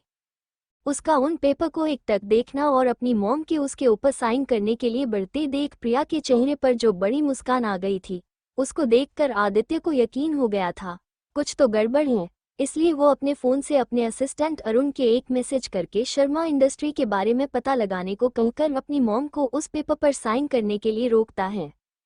उसके रोकने पर सिया जी उसके तरफ असमंजस से देखने लगती है और प्रिया भी उसके तरफ देखती है। ऊपर से देखने पर वो नॉर्मल ही लग रही थी, पर अंदर से वो बेहद डरी हुई थी। वो अपने मन में ही कहती है, ये यहाँ पर है, मैंने पहले इनको क्यों नहीं देखा? अगर पहले देखा होता तो मैं कभी इनके सामने मॉम से पेपर पर साइन नहीं लेती। ओह नो, इनको कुछ भी पता नहीं चलाना चाहिए। अगर इनकी नज़र उस बीच वाले पेपर्स पर पड़ी तो मेरे लिए कुछ भी अच्छा नहीं होगा। ओ गॉड, अब मैं क्या करूं? प्रिया मन ही मन में भगवान से प्रार्थना करने लगती है कि उसकी पोल न खुल जाए। वो इस वक्त खुद में ही बातें करने में व्यस्त थी। आदित्य उसको ही देख रहा था। उसके चेहरे पर आते जाते भाव वो आसानी से देख सकता था। प्रिया अपनी घबराहट छुपाने की और खुद को नॉर्मल दिखाने की बेहद कोशिश कर रही थी, पर वो ये सब करने में नाकामयाब हो रही थी। आदित्य ने उसकी घबराहट और उसके चेहरे पर आते जाते भाव देख लिए थे। वो एक नज़र उस पर डालकर अपनी मॉम की तरफ देखता है, जो कि अपनी सवाल भरी नज़र से उसको ही देख रहा थी। वो उनके तरफ देखकर उनसे कहता है, मॉम आप किस शर्मा कंपनी के साथ डील साइन करने वाली हो? आदित्य को सिया जी जवाब देने ही वाली थी कि तभी प्रिया बीच में ही कुछ कहती है, जिसे सुनकर सिया जी के चेहरे के भाव बदल जाते हैं। प्रिया बीच में ही आदित्य से कहती है, sorry sir but it's confidential. Mehra company और शर्मा कंपनी के बीच की डील है। जब तक ये पब्लिकली अनाउंस न हो तब तक आपको हम इस बारे में नहीं बता सकते। उसने बस इतना ही कहा था और वो आगे कुछ बोलने ही वाली थी कि सियाजी उसको बीच में ही रोक कर गुस्से से कहती है, प्रिया तुम ये कैसी बातें कर रही हो? आदित्य ने अगर पूछ भी लिया तो उसमें हर्ज ही क्या है? उसको जानने का हक, वो मेरा बेटा है। आगे से जो भी बोली जबान संभल के। प्रिया तो सियाजी यानी कि अपनी बॉस की बात सुनकर शोक में ही चली गई थी। उसने आदित्य ने जब अपने बॉस को मॉम कहा था ये बात नहीं सुनी थी। उसकी पोल न खुल जाए इस हड़बड़ी में वो बिना आदित्य के बातों पर गौर किया उसके इतना कुछ कह चुकी थी। पर अब जब अपने बॉस के मुंह से आदित्य को अपना बेटा कहने पर उसे शोक लगा, पर वो जल्दी ही खुद को शोक से बाहर निकलकर नॉर्मल होकर अपनी बॉस और आदित्य से माफ़ी मांगती है और सियाजी से कहती है, मन मुझे नहीं पता था आदित्य सर आपके बेटे हैं, मैं फिर से एक बार सॉरी कहती हूँ।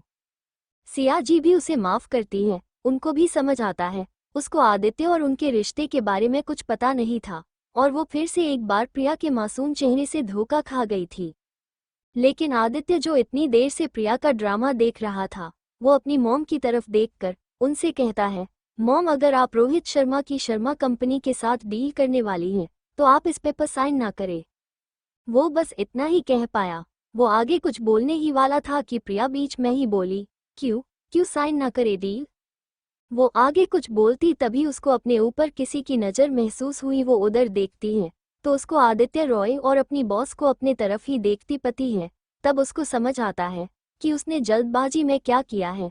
वो बात के संभालने के हेतु आगे कहती है, वो मेरा मतलब था, सब मीटिंग में सेटल हो गया है, उनकी डील भी अच्छी है, तो हम साइन क्यों ना करें ये डील? उसकी इस बात पर आदित्य उसकी तरफ देखकर अपनी कड़क आवाज के साथ कहता है, वो क्या है ना मिस प्रिया, आपने डील तो चेक की अच्छी भी है, पर आपने शर्मा कंपनी की फाइनेंशियल कंडीशन के बारे में शायद ही कुछ पता लगाया होगा। ये आपका काम था ना? क्या आपको पहले से ही पता है? और आप जानबूझकर मॉम से ये डील साइन करवाना चाहती हो। आदित्य की इस बात से प्रिया हड़बड़ा गई। ये बात तो सच थी, उसको शर्मा कंपनी के फाइनेंशियल कंडीशन के बारे में सब पहले से ही पता था। वो खुद के फायदे के लिए ये डील सियाजी से साइन करवा रही थी। वो अपनी सफाई में कुछ कहने ही वाली थी कि सियाजी उसकी हाथ दिखाकर चुप रहने के लिए कहती हैं। वो प्रिया को एक नज़र देखकर अपने बेटे आदित्य की तरफ देखकर उससे पूछती है, तुम जो भी कहना चाहते हो वो सब साफ साफ कहो। आदित्य अपनी मॉम की तरफ देखकर सीरियस फेस के साथ उनसे कहता है, रोहित शर्मा की कंपनी अभी बेहद ही लॉस में चल रही है। उनका पूरा फाइनेंस डगमगा गया है। वो कंपनी जल्दी ही बैंक कुरुप्त होने वाली है। वैसे तो इस बारे में अभी कोई न्यूज़ बाहर नहीं आई है, पर जल्द ही आ जाएंगी। अगर आप उनके साथ ये डील साइन करते हो तो आपको बेहद लॉस सहना करना पड़ेगा। अगर आप मेरी माने तो इस डील को कैंसिल कर दो। अच्छा हुआ कि आपने ये डील अभी तक साइन नहीं की। आदित्य के शर्मा इंडस्ट्री के बारे में इतनी सारी इन्फॉर्मेशन बताने के बाद सियाजी प्रिया की तरफ देखकर उससे कहती है, तुम शर्मा कंपनी में कॉल करके बताओ, हम उनके साथ ये डील साइन नहीं करेंगे। तुम जा सकती हो। प्रिया उनसे कुछ कहने ही वाली थी कि सियाजी उसकी जाने का इशारा करती हैं, तो वो मान मारकर अपने साथ लाए हुए पेपर्स लेकर वहां से चली जाती हैं। उसका चेहरा इस वक्त पूरा का पूरा गुस्से से लाल हुआ था। प्रिया के वहां से जाते ही सियाजी अपना फोन निकलकर अपने खास आदमी को कॉल करके कंपनी में जो भी गड़बड़ चालू है, ये जो कोई भी गद्दारी कर रहा है, उसको पुख्ते सबूत के साथ पकड़ने को कहती हैं। क्योंकि कोई भी डील साइन करने हो उससे पहले जिस कंपनी के साथ वो डील साइन करने हैं उसके बारे में सारी इन्फॉर्मेशन पहले कलेक्ट की जाती थी। और सियाजी के पास भी शर्मा कंपनी के साथ जो डील साइन करने थी उससे पहले उनके बारे में सारी इन्फॉर्मेशन थी, पर उसमें कुछ भी ऐसा नहीं था जैसे अभी उनको आदित्य ने बताया था। तो इस वजह उनको शक हो गया था, कोई तो है उनकी कंपनी में ऐसा जो उनसे गद्दारी कर रहा है। उस आदमी को गद्दार को पकड़ने को कहकर वो किसी को मैसेज करके शर्मा कंपनी की पूरी हिस्ट्री मंगवाती है, उनकी प्रेजेंट कंडीशन भी। वो उसके बाद आदित्य की तरफ देखती है जो कि उनकी तरफ ही देख रहा था। वो उस कुछ कहती उससे पहले ही एक नर्स दौड़कर उनके पास आकर अपनी सांस कंट्रोल करती है, जो कि दौड़कर आने से बाद गई थी। उनसे कहती है, मैम सर वो पेशेंट की हालत फिर से खराब होने लगी है। उसका बस इतना ही कहना था कि सियाजी और आदित्य जल्दी से सेकंड फ्लोर की तरफ चल पड़े, उनके पीछे ही वो नर्स भी। USA hangout club, Los Angeles. Shiv इस वक्त उस क्लब में बने बार काउंटर के आगे बैठे था। वो बस ड्रिंक पीने की एक्टिंग कर रहा था। उसकी नज़र उस क्लब के गेट पर थी। वो के आने का इंतजार कर रहा था।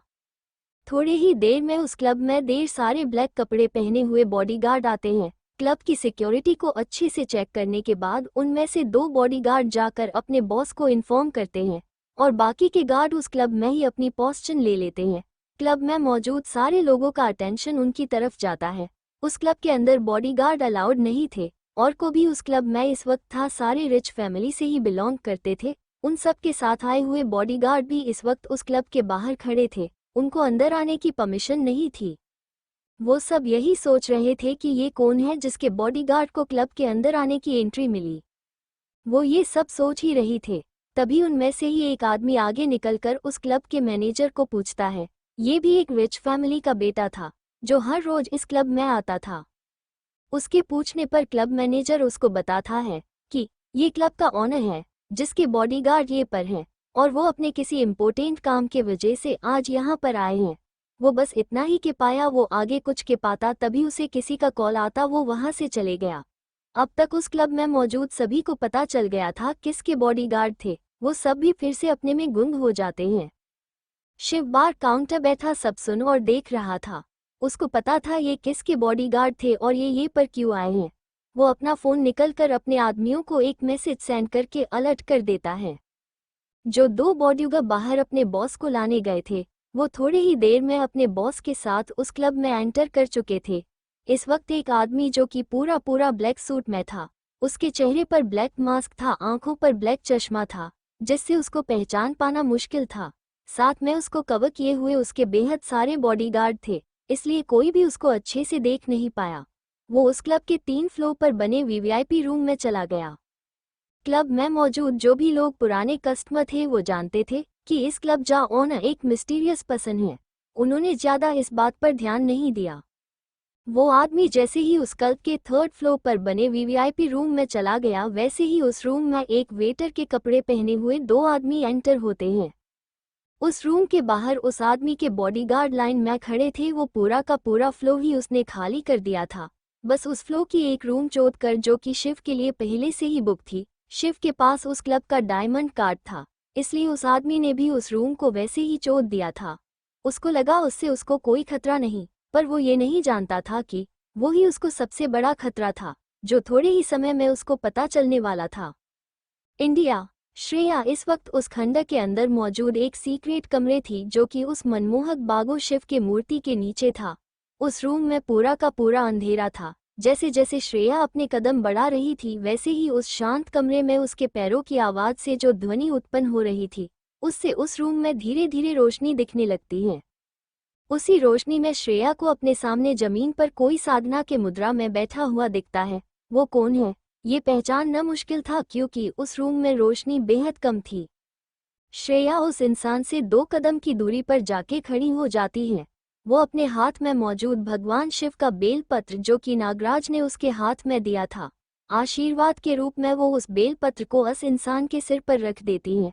उसके ऐसा करते ही उस रूम में तेज रोशनी होती है, जिससे आगे का या उस रूम में मौजूद कुछ भी दिखाई नहीं दे रहा था।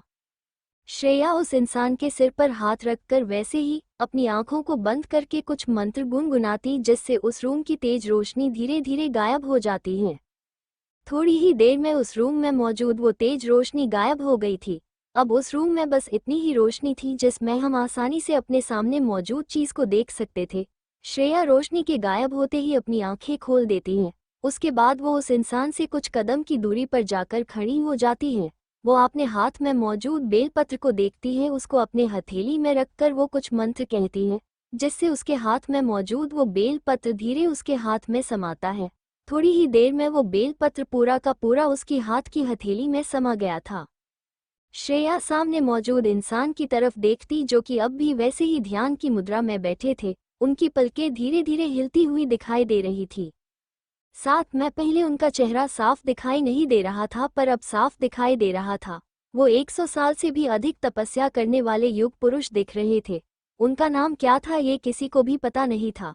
सब उनको बाबा कहकर पुकारते थे। वो इस जगह पर पिछले 70 सालों से थे। वो किसी का इंतजार कर रहे थे। उनके पास कोई चीज थी जो कि बेहद मूल्यवान थी। वो उसके असली मालिक के पास उनको सौंपना था, उसके बाद ही वो इस शरीर से मुक्ति पा सकते थे। बाबा धीरे धीरे अपनी आंखों को खोलते हैं। आंखें खोलकर वो अपने सामने मौजूद श्रेया को देखने की कोशिश करते हैं, क्योंकि उनको धुंधली दिखाई दे रही थी। वो 2-3 बार अपनी पलकें झपकाते हैं। तब कहीं जाके उनको अपने सने खड़ी छोटी सी लड़की दिखाई देती गई, जिसके चेहरे पे बेहद तेज और चमक थी। उसको देखकर ही वो उसको पहचान गए थे। वो उसकी तरफ देखकर अपने दोनों हाथ जोड़कर प्रणाम करके उससे कहता है, पुत्री मेरा प्रणाम स्वीकार करो। आपके दर्शन से मैं धन्य हो गया, साथ में मेरा सालों का इंतजार भी खत्म हो गया है। श्रेया उनके पास जाके उनके हाथ नीचे करके कहती है, बाबा आप पुत्री भी कहते हो और हाथ भी जोड़ रहे हो।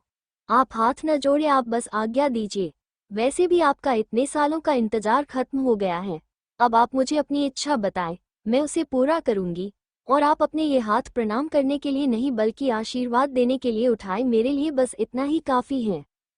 उसकी इस बात पर बाबा अपने चेहरे पर मुस्कान लेके उसकी तरफ देखकर उससे कहते हैं, जैसी तुम्हारी इच्छा पुत्री। इतना कहकर वो उसके सिर पर हाथ रखाकर उसको अपने कार्य में यशस्वी होने का आशीर्वाद देते हैं। उसके बाद वो श्रेया की तरफ देखकर कहते हैं, पुत्री तुम तो जानती ही हो कि अब मेरा समय निकट आ गया है। मैं जाने से पहले तुमको तुम्हारी अमानत सौंपना चाहता हूँ। इतना कहकर वो अपने दोनों हाथ आगे करके अपनी आंखें बंद करके कुछ मंत्र कहते हैं। उसके बाद उनके हाथ में एक बॉक्स आता है। वो उस बॉक्स को खोलेकर उसमें मौजूद कांच की बोतल श्रेया को देते हैं, जिसमें नीले कलर का द्रव्य था। वो श्रेया को वो बोतल देकर उससे कहते हैं, पुत्री ये जो तुम्हारे हाथ में जो नीला द्रव्य की बोतल है, ये कोई साधारण द्रव्य नहीं, बल्कि ये तुम्हारा रक्षा कवच है। इसे ग्रहण करो। इसके ग्रहण करने के बाद कोई भी नकारात्मक शक्ति जब तक तुम ना चाहो तब तक तुम्हारे अस्तित्व के बारे में पता नहीं लगा पाएगी। अगर कोई नकारात्मक शक्ति वाला व्यक्ति तुम्हारे आसपास भी हो तो भी वो तुम्हारे बारे में पता नहीं लगा पाएगा। जब तक तुम ना चाहो कोई भी तुमको ढूंढ नहीं सकेगा। श्रेया उनकी बात सुनकर एक नज़र उनके तरफ देखकर उस बोतल में रखा नीला द्रव्य ग्रहण कर लेती है। जैसे ही वो द्रव्य उसके शरीर के अंदर एंटर होता है, वैसे ही उसको अपने अंदर एक अलग ही तरह की ठंडक महसूस होती है। उसको अपने शरीर में किसी शक्ति का प्रवाह महसूस होता है। थोड़ी ही देर में वो द्रव्य उसके अंदर पूरा का पूरा फैल जाता है। श्रेया के वो द्रव्य को ग्रहण करते ही बाबा श्रेया की तरफ देखकर कहते हैं, पुत्री, अब मेरे जाने का भी समय आ गया है, अब मुझको भी जाने की आज्ञा दो। श्रेया उनकी बात पर अपना सर हिला देती है। वो उनको ध्यान की मुद्रा में बैठने को कहती है। उसके बाद वो उनके सिर पर हाथ रखकर कुछ मंत्र का जाप करती है, जिससे बाबा एक पीली रोशनी में बदलकर वहां से गायब हो जाती हैं। उनको उनके इस जीवन से मुक्ति मिल चुकी थी। उनका सालों का इंतजार खत्म हो गया था, साथ में ही उनका जीवन धन्य हो गया था। बाबा को मुक्ति प्रदान करने के बाद श्रेया उस खंडर से निकल जाती है। वो वहां से सीधा एसआर विला की तरफ जाने के लिए निकल जाती है। उसको अपने दिल में बेहद बेचैनी महसूस हो रही थी, जैसे उसका कोई अपना बेहद मुसीबत में है। इसलिए वो कैसे भी करके जल्द से जल्द एसआर विला पहुंचना चाहती थी। Hang out club Los Angeles, उस क्लब के 3rd फ्लोर पर रूम नंबर 306 में इस वक्त उस क्लब का ओनर, उसके 2 बॉडीगार्ड और अभी थोड़ी देर पहले आए हुए वेटर के बेस में 2 आदमी मौजूद थे। साथ में उस रूम के बाहर उसके बॉडीगार्ड खड़े थे। वो पूरा फ्लोर खाली था, बस एक रूम छोड़कर, जो कि शिव के नाम पर बुक था। शिव उनके रूम के कुछ ही दूरी पर अपने बुक किए हुए रूम नंबर 304 में बैठा था। उसके सामने लैपटॉप था और उस लैपटॉप पर उसकी उंगलियां तेजी से चल रही थी, जैसे उसकी उंगलियां कीबोर्ड पर डांस ही कर रही हो। थोड़ी ही देर में उसकी उंगलियां रुक जाती हैं, साथ में ही उसके चेहरे पर एक डेविल मुस्कान आ जाती है। वो अपने सामने रखी कॉफी का कप उठाकर पीने लगता है, साथ में अपनी नज़रें लैपटॉप पर भी गड़ाए हुए था, जिसमें रूम नंबर 306 के अंदर क्या चल रहा है सब दिखाई दे रही था। साथ में ही उसने 3rd फ्लोर के सारे सीसीटीवी कैमरे हैक कर दिए थे। उसमें वही दिखाई देने वाला था जो वो दिखाना चाहता था। कुछ ही मिनट में रूम नंबर 306 का गेट ओपन होता है और 2 आदमी अंदर एंटर करते हैं और उस रूम का गेट बंद हो जाता है। उन 2 आदमी के आते ही वो मिस्टीरियस पर्सन यानी कि इस क्लब का ओनर अपनी जगह से उठकर उसके पास जाके उसको ग्रीट करके हाथ मिलता है। जो 2 लोग अंदर आए थे उनका चेहरा दिखाई नहीं दे रहा था। उन दोनों ही अपने चेयर पर मास्क पहना था। वो तीनों ही आकर वहां पर लगे सोफे पे जाके बैठते हैं। मिस्टीरियस पर्सन एक सोफे पे बैठ जाता है, उसके पीछे उसके 2 आदमी थे और उसके ठीक सामने अभी आए हुए 2 आदमी बैठे थे और उनके पीछे जो वेटर के बेस में 2 आदमी थे वो खड़े थे। जो 2 आदमी अभी अभी आए थे वो अपना मास्क निकालकर सामने टेबल पर रखते हैं। उसी के साथ ही मिस्टीरियस पर्सन भी अपने चेहरे का मास्क निकाल के टेबल पर रखता है। उसने अब तक सामने वाले इंसान का चेहरा नहीं देखा था। जब वो अपने सामने बैठे हुए शख्स का चेहरा देखता है तो वो एक पल के लिए डर ही जाता है। उसके सामने कोई नहीं बल्कि दुबई का नंबर 1 डॉन शकील था, जो 2 साल पहले गायब हो गया था, जिसके बारे में किसी को भी कुछ पता नहीं था। वो बेहद खतरनाक और क्रूर था, उससे सब डरते थे। वो कुछ सोच पाता या कुछ कह पाता उससे पहले ही शकील की आवाज़ उसके कान में आती है, कैसे हो राजन, हमको देखकर खुश नहीं लग रहे हो। शकील आवाज़ से राजन अपनी सोच में बाहर आता है। राजन और कोई नहीं, वही मिस्टीरियस पर्सन और उस क्लब का ओनर है, जो कि क्लब के अड़ में बेहद सारे इल्लीगल काम करता था, पर आज तक उसके बारे में कोई भी पता नहीं लगा पाया था। राजन अपने आप को नॉर्मल करके अपने चेहरे पर जबरदस्ती की स्माइल लाकर शकील की तरफ देखकर कहता है, आप भी क्या बात कर रहे हो शकील भाई, मैं खुश क्यों नहीं होगा। आज मैं जो भी हूँ वो सब आपकी ही बदौलत है। वो तो 2 सालों से आपके बारे में कुछ भी खबर नहीं थी और आप अचानक ऐसे सामने आए, इसलिए बस, और कोई नहीं। शकील उसकी बात पर बस मुस्करा दिया। वो उसकी तरफ देखकर कहता है, राजनदील की बात करे, जिस पर राजन अपना सर हाँ में हिलाता है और अपने आदमियों को इशारा करता है। उसके आदमी उसका इशारा समझकर अपने साथ लाए हुए 2 सूटकेस सामने की टेबल और रख देते हैं और राजन के पीछे जाके खड़े हो जाते हैं। शकील एक बार उस सूटकेस को देखता है और फिर राजन को, उसके बाद वो अपने आदमियों को हाथ के इशारे से सूटकेस खोलने को कहता है। उसके आदमी आगे आके उस सूटकेस को खोल देते हैं। उस सूटकेस को ओपन करने के बाद उस सूटकेस में जो भी चीज़ थी उसको देखकर शकील के चेहरे पर मुस्कान आ गई, जिसकी देखकर राजन, जो थोड़ा डरा हुआ था, वो भी राहत की सांस लेके अपने चेहरे पर मुस्कान लाता है। शकील अपने साथ बैठे हुए उसके खास और भरोसेमंद आदमी यानी कि जॉन्स को चेक करने को कहता है। जॉन्स अपने बॉस की बात समझकर आगे बढ़कर उन 2 सूटकेस में मौजूद न्यू लेटेस्ट टेक्नोलॉजी से बनी गन और राइफल को अपने हाथ में लेके चेक करता है। जब उसको सब ठीक लगता है तो वो अपने बॉस की तरफ देखकर थम्स अप का साइन करता है, जिसके चलते शकील के चेहरे की स्माइल पहले से बड़ी हो जाती है। पर ये सब कुछ पल के लिए ही था। उन लोगों की तरफ खतरा तेजी से बढ़ रहा था, जिसके बाद उनकी डील की धज्जियां उड़ने वाली थी। शकील राजन की तरफ देखकर कहता है, बेहद खूब राजन, हमको ये गन और राइफल पसंद आ गई।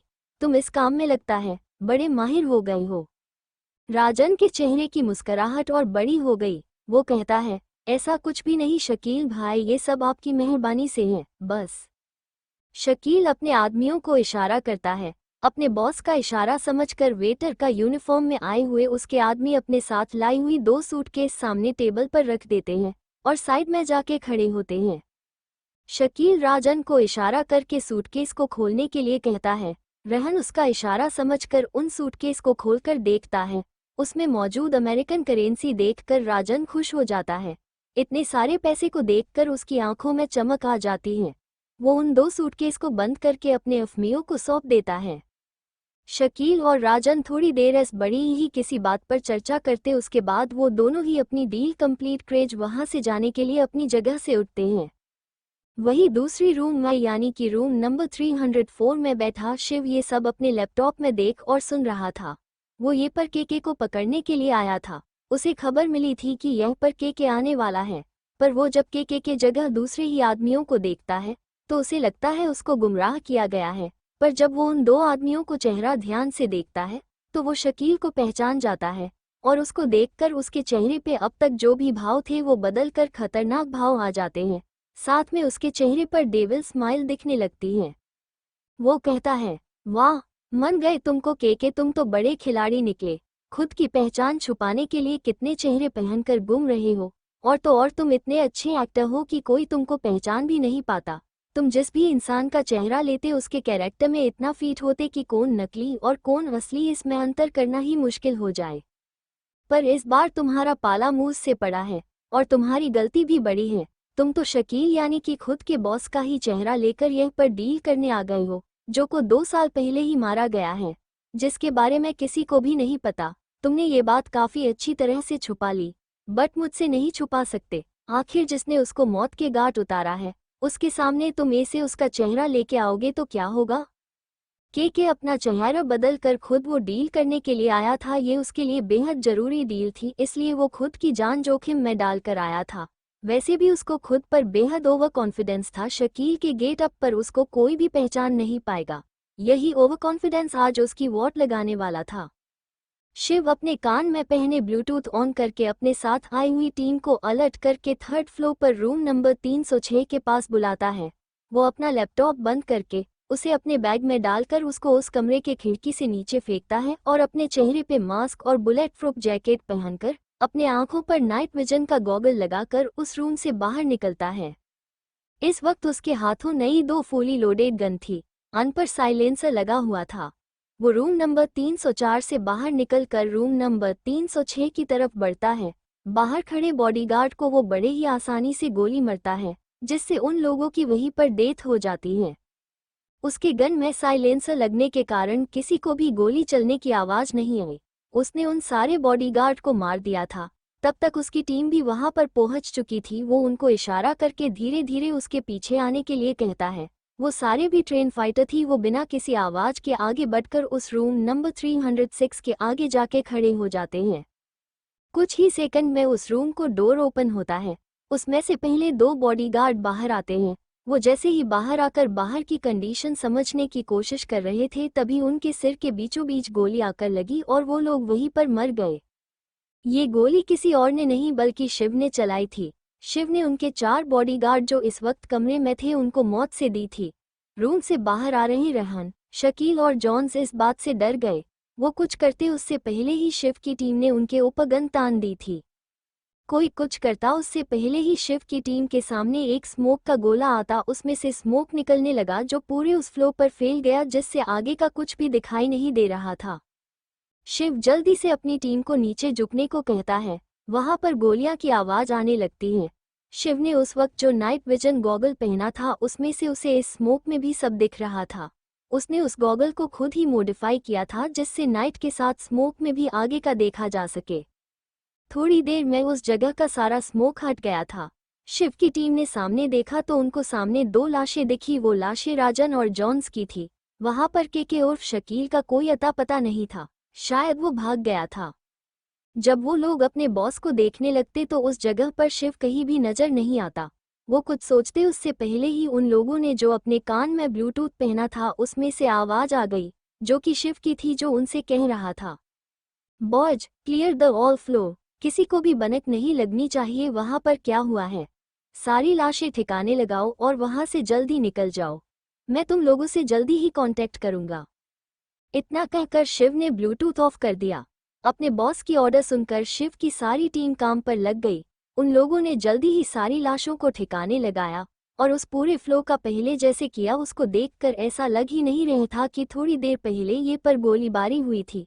अपना काम कर सारी टीम वहां से चली गई।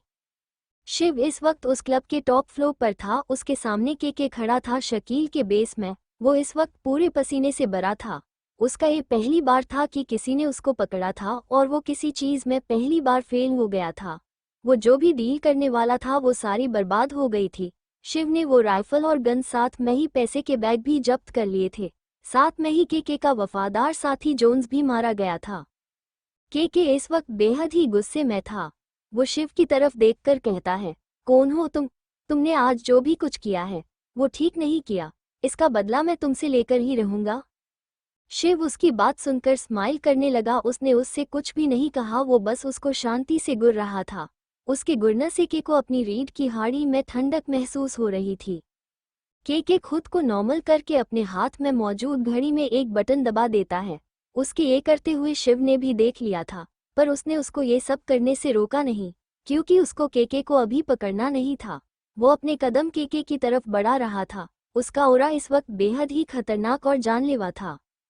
के तो पहले ही उसके देखने बार से डर गया था और अब इसे उसके पास आने से उसको पसीने आने लगे थे। वो पूरी तरह से टेरेस की रेलिंग से टिक कर खड़ा था।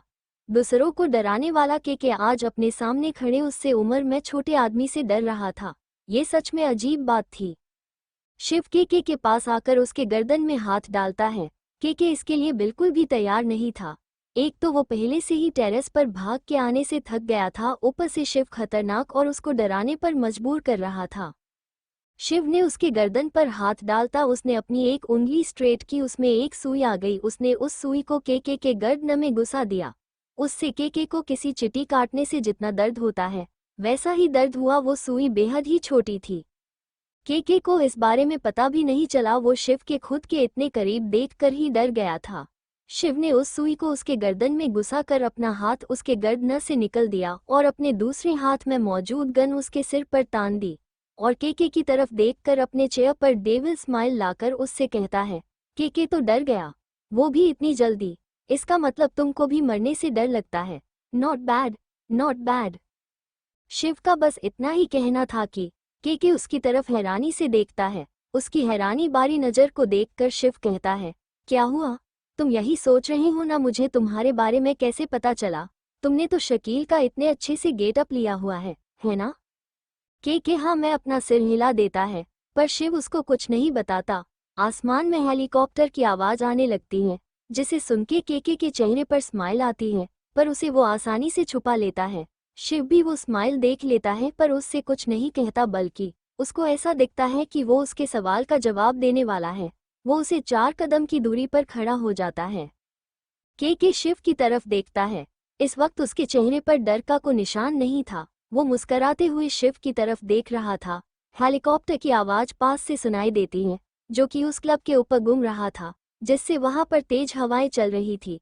शिव सब देख और समझ रहा था, पर वो ऐसा दिखा रहा था जैसे वो शौक है, उसके कुछ समझ ही नहीं आ रहा है। हेलीकॉप्टर के पास आकर उसको अंदर लेके वहां से टर्न मरता है। शिव अपने हाथ में मौजूद गन की सारी गोलियां के तरफ मरता है। शिव ने के पर शूट की हुए 5 गोलियों में से उसको 2 गोलियां लगी थी। एक उसके कंधे को छू कर गई थी और दूसरी उसके पैर में लगी थी। वो हेलीकॉप्टर वहां से जाने के बाद शिव के चेहरे पर एक मिस्टीरियस स्माइल आ जाती है। वो उस क्लब के टेरेस से नीचे उतरकर अपनी बैग लेता है जो उसने अपने रूम से नीचे फेंकी थी, उसको उठाकर वहां से गायब ही जाता है। उस क्लब में किसी को भी अभी थोड़ी देर पहले वहां पर क्या हुआ उस बारे में भनक तक नहीं लगी थी। शिव वहां से सीधा अपने पर्सनल विला आ जाता है। वहां आकर वो अपनी स्टडी रूम में चला जाता है। स्टडी रूम में आकर अपने स्टडी रूम में लगी बड़ी पेंटिंग के आगे जाके खड़ा हो जाता है। वो उस पेंटिंग की थोड़ी देर घूरता है, फिर उस पेंटिंग के साइड में बने के ब्लैक डॉट पर क्लिक करता है, जिससे वो पेंटिंग दो भागों में डिवाइड होती है और उसके पीछे एक डोर दिखाई देता है। शिव उस डोर को की से खोलकर अंदर चला जाता है। उसके अंदर जाते ही फर्ज वो डोर और पेंटिंग पहली जैसी हो जाती है। शिव इस वक्त जगह पर खड़ा था, वहां पर चारों तरफ अंधेरा था, वहां पर कुछ भी साफ दिखाई नहीं दे रहा था। शिव 2 बार क्लैप करता है, उससे उस रूम में रोशनी हो जाती है। अब उस रूम में मौजूद सभी चीजें आसानी से देखी जा सकती थी। उस रूम में बड़े बड़े हाईली एडवांस टेक्नोलॉजी से बने कंप्यूटर लगे थे। वो पूरी रूम कंप्यूटर से भरी पड़ी थी। कुछ कंप्यूटर पर सीसीटीवी फुटेज दिखाई दे रही थी, जिसमें केके का पहले लैब की फुटेज थी। लॉस एंजलिस के सारे रोड की लाइव सीसीटीवी फुटेज थी। उसकी साथ में बेहद सारे इल्लीगल काम जहां पर चलते थे, पब, क्लब, बार की, वहां पर लाइव सीसीटीवी फुटेज चल रही थी। वो पूरे क्लब और बार फेमस थे। वहां पर केके का कनेक्शन पाया गया था, इसलिए शिव उन सब पर नजर रख रहे था। शिव उस रूम में आके एक कंप्यूटर के आगे जाके बैठ जाता है। उस पर बैठकर वो उसमें कुछ करने लगता है। इस समय उसकी उंगलियां उस कंप्यूटर के कीबोर्ड पर तेजी से चल रही थी। करीब आधे घंटे के बाद उसकी उंगलियां रुकती हैं और उसके चेहरे पर एक बड़ी मुस्कुराहट आती है, जिसका ये मतलब था वो जो भी काम कर रहा था वो पूरा हो गया था। केके को उस हेलीकॉप्टर में बैठकर किसी सेफ जगह पर ले जाया गया। उसकी कंडीशन इस वक्त बेहद खराब थी। उसके कंधे पर गोली लगने के कारण वहां से बेहद खून बह रहा था। साथ में उसे राइट पैर में भी गोली लगी थी, वहां से भी बेहद सारा खून बह गया था। उसका जल्दी ही फर्स्ट एड किया गया था, पर ज्यादा खून बहने के कारण वो बेहोश हो गया था। उसको एक घने जंगल के बीचों बीच बने उनके सेफ हाउस पर ले जाया गया। वहां पर डॉक्टर उसका इलाज कर रहे थे। India, SR villa. सियाजी और आदित्य नर्स की बात सुनकर दौड़कर 3ND फ्लोर पर चले गए। आदित्य रूम में जाके जल्दी से अपने डैड की कंडीशन नॉर्मल करने लगता है। सियाजी बेहद गोरा गई थी। अपने पति की ऐस बड़ी ही कंडीशन देख के वो उनके पास जाके उनका एक हाथ पकड़ लेती हैं। उनके आंखों से आंसू बह रहे थे। आदित्य अपने डैड को चेक करके उनको एक इंजेक्शन दे देता है, जिससे उनकी कंडीशन में सुधार आता है और वो फर्ज गहरी नींद में चले जाते हैं।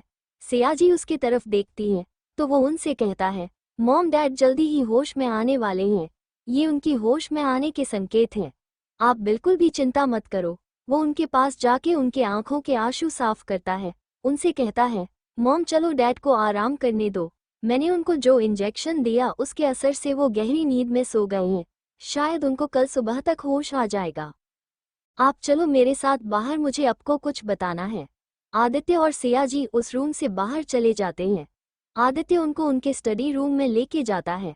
आदित्य उनके वहां पर एक चेयर पर बिठाकर खुद उनके सामने बैठकर उनका हाथ पकड़कर कहता है, मॉम अभी मैं जो भी कुछ आपसे कह रहा हूँ वो आप ध्यान से सुनना, ये बहुत जरूरी है। पैनिक मत करना, आपका ये जानना बेहद जरूरी है। आदित्य की बात सुनकर सियाजी के चेहरे पर परेशानी के भाव आते हैं। वो आदित्य की तरफ देखती है और उसे अपनी बात आगे कंटिन्यू करने को कहती है। आदित्य अपनी मॉम की तरफ देखकर अपने सीरियस फेस के साथ कहता है, मॉम एक्चुअली ये बात आपकी असिस्टेंट प्रिया से कनेक्टेड है। मॉम मुझे पता है, वो आपकी भरोसेमंद एम्प्लॉय है, आप उसको बेटी जैसी मानती हैं।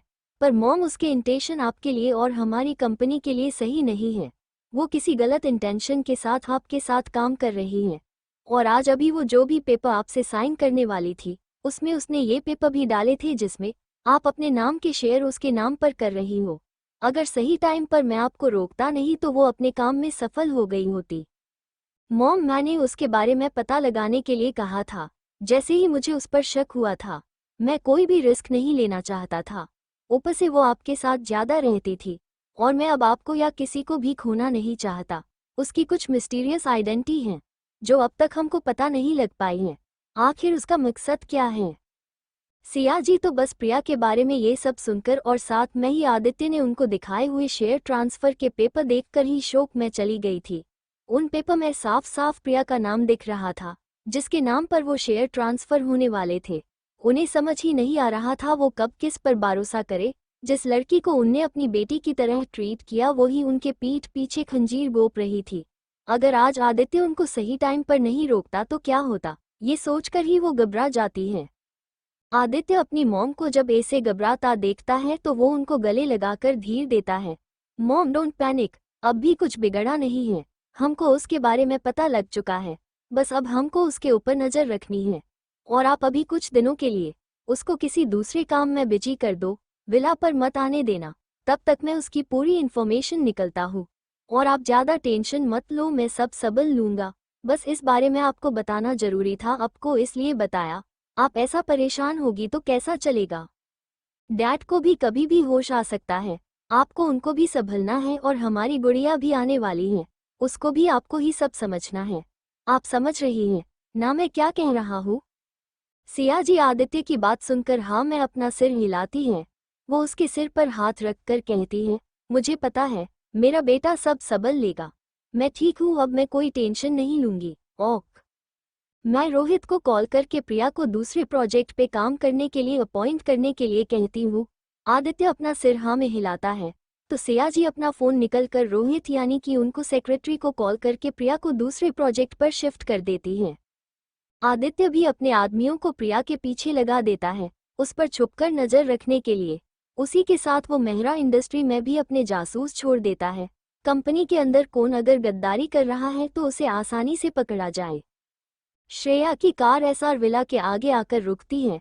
वो जल्दी में कार से बाहर निकलकर विला के बाहर जाके डोर बेल बजाती है। एक सर्वेंट आकर गेट खोलता है। श्रेया उसको साइड करके जल्दी से विला के अंदर एंटर करती है। अंदर आकर वो जब वहां का नज़ारा देखती है तो वो अपनी जगह पर ही जम जाती हैं। श्रेया की कार एसआर विला के आगे आकर रुकती है। वो जल्दी से कार से बाहर निकलकर विला के गेट के बाहर आकर खड़ी होती है। वो डोर बेल बजाती है। कुछ ही समय में एक मेड आकर डोर ओपन करती है। वो मेड श्रेया को देखकर उसको पहचान लेती है। विला के अंदर श्रेया की बेहद सारी फोटो लगी थी, जिस वजह से वो श्रेया को आसानी से पहचान गई कि ये उसकी मिस है।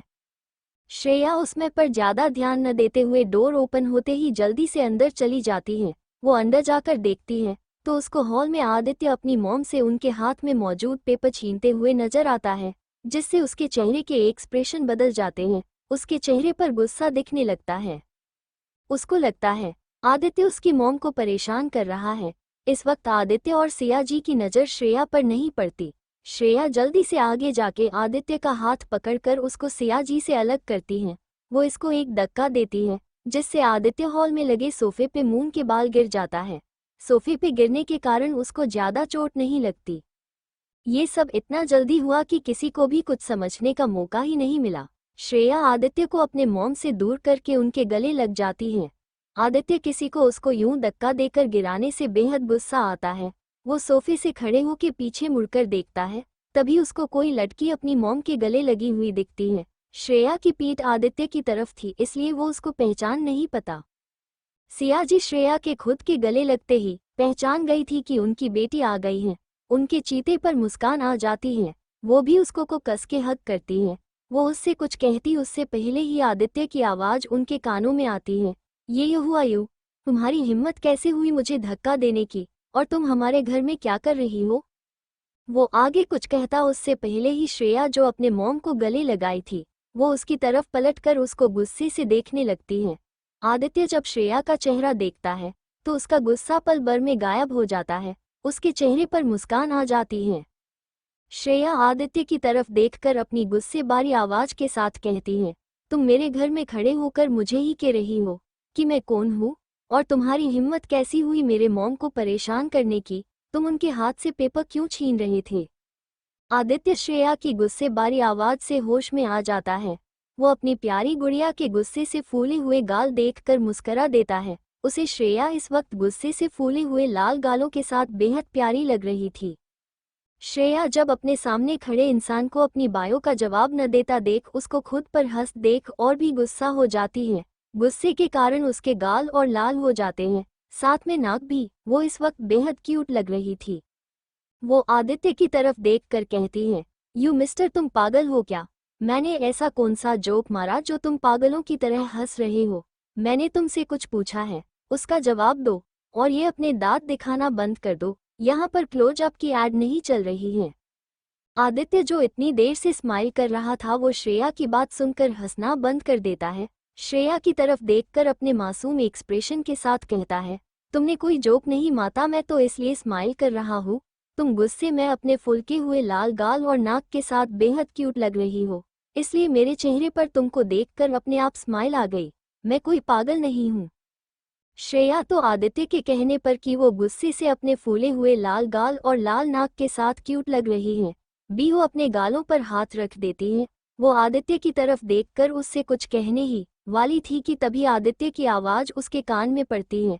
को उससे कह रहा था, वैसे मैंने तुमसे अपना इंट्रोडक्शन ही नहीं करवाया। आदित्य अपना हाथ आगे बढ़ाकर उससे कहता है, my self Aditya Roy, CEO of Roy industry. Shreya उसका आगे बढ़ाया हुआ हाथ देखकर उसको इग्नोर करके उससे कहती है, तुम कोई भी वो, मुझे उससे क्या? तुम मेरे घर में क्या कर रही हो? निकलो ये से, मेरे माँ को परेशान कर रहे हो। आदित्य श्रेयाओं के इग्नोर करने के बाद अपना बढ़ाया हुआ हाथ पीछे कर देता है, पर अपनी जगह से हटता नहीं। वो इस कुछ कहने ही वाला होता है कि श्रेया आगे बढ़कर उसका हाथ पकड़ उसको डोर की तरफ ले जाने लगती है। श्रेया की मॉम जो कब से उन दोनों की बहस देख रही थी, वो जब श्रेया को आदित्य को घर से बाहर निकलता देख वो आगे बढ़कर श्रेया के आगे जाके खड़ी हो जाती है। श्रेया अचानक अपनी मॉम के अपने आगे खड़े होकर उसको रोकने से उनकी तरफ देखने लगती है। सियाजी श्रेया को अपनी तरफ कंफ्यूजन से देखती देखकर वो उसके हाथ से आदित्य का हाथ छुड़ाकर उसका और आदित्य दोनों का हाथ पकड़कर उन लोगों को सोफे पे जाके बिताती है। श्रेया उनकी इस हरकत पर उनकी तरफ देखकर कहती है, मॉम अपने इसको क्यों ये पर बिठाया, इसको घर से बाहर निकालो। सियाजी श्रेया की तरफ देखकर कहती हैं, श्रेया ऐसे बात करते हैं क्या? बड़ों से वो वापसे बड़े हैं। श्रेया आगे कुछ कहने ही वाली थी कि श्रेया जी उसको हाथ दिखाकर रोक देती हैं। वो श्रेया के पास जाके बैठ जाती हैं। आदित्य ठीक उन दोनों के सामने बैठकर अपनी मॉम और बहन को देख रहा था। उसको पता था उसकी मॉम उसकी प्यारी बहन को उसके बारे में बताने वाली थी, तो वो शांति से बैठकर अपनी मॉम और बहन को देखने लगता है। वो बाहर से दिखने में ही शांत लग रहा था, पर वो अंदर से बेचैन था। उसको ये डर लग रहा था कि अगर उसकी प्यारी बहन ने उसको अपना भाई मानने से मना कर दिया तो, पर वो अपना ये ख्याल जातक कर खुद को तसल्ली देता है कि ऐसा कुछ नहीं होगा, उसकी बहन उसको जरूर अपनाएगी। फिर उसकी भी सबकी तरह एक प्यारी सी फैमिली होगी जिसमें वो सब प्यार से रहेंगे। सिया जी अपने एक हाथ से प्यार से श्रेया के सिर को सहलाती है और दूसरे हाथ में श्रेया का हाथ पकड़ती है और उसकी तरफ देखकर उससे कहती है, श्रेया अभी जो मॉम आपको बताने जा रही है वो ध्यान से सुनना, फिर कोई डिसीजन लेना। वो इतना कहकर चुप होकर श्रेया की तरफ देखने लगती है, क्योंकि अपनी मॉम की तरफ ही अपने मन ढेरों सवाल लिए देख रही थी।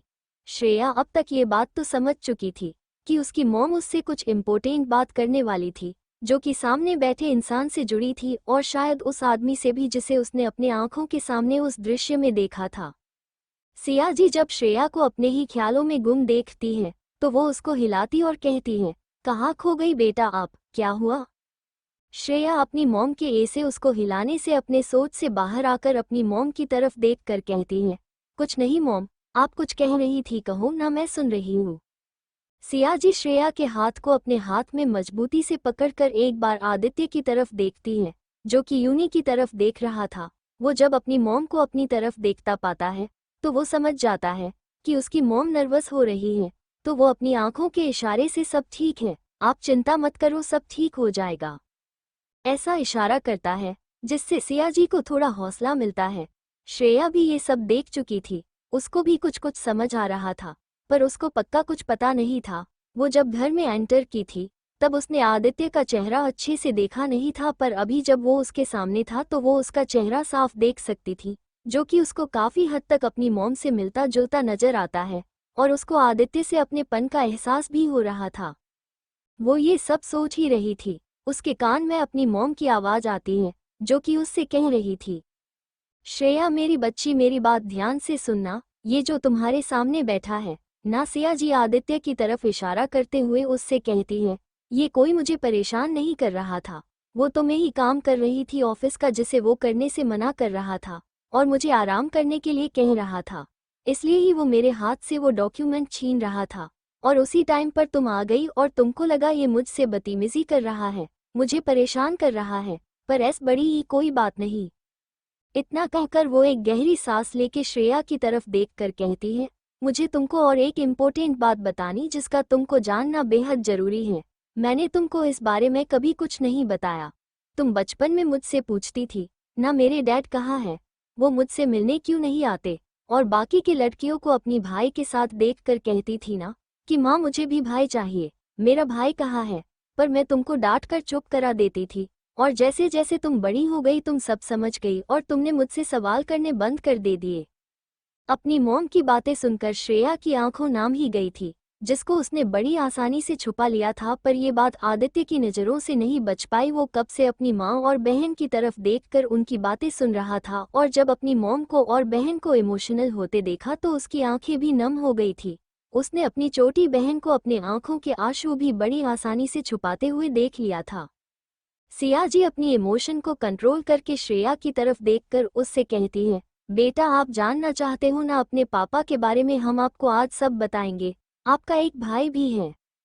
अपनी मॉम की बात सुनकर श्रेया की आंखों में अलग ही इमोशन देखने लगते हैं। वो अपनी मॉम की तरफ देखती है और उनको इशारे से ही आगे बोलने को कहती है। श्रेया की मॉम श्रेया के हाथ अपने हाथ में पकड़ कर कहती है, श्रेया ये जो तुम्हारे सामने बैठा है ना, ये और कोई नहीं तुम्हारा भाई है, जो सालों पहले हमसे दूर हो गया था।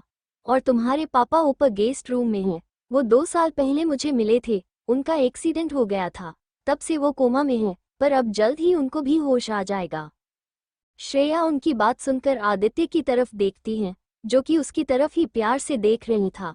श्रेया अपनी जगह से उठकर उसके पास जाने लगती है। आदित्य भी श्रेया को अपने पास आते देखकर अपनी जगह से खड़ा हो जाता है। श्रेया जाके सीधा उसके गले लग जाती है।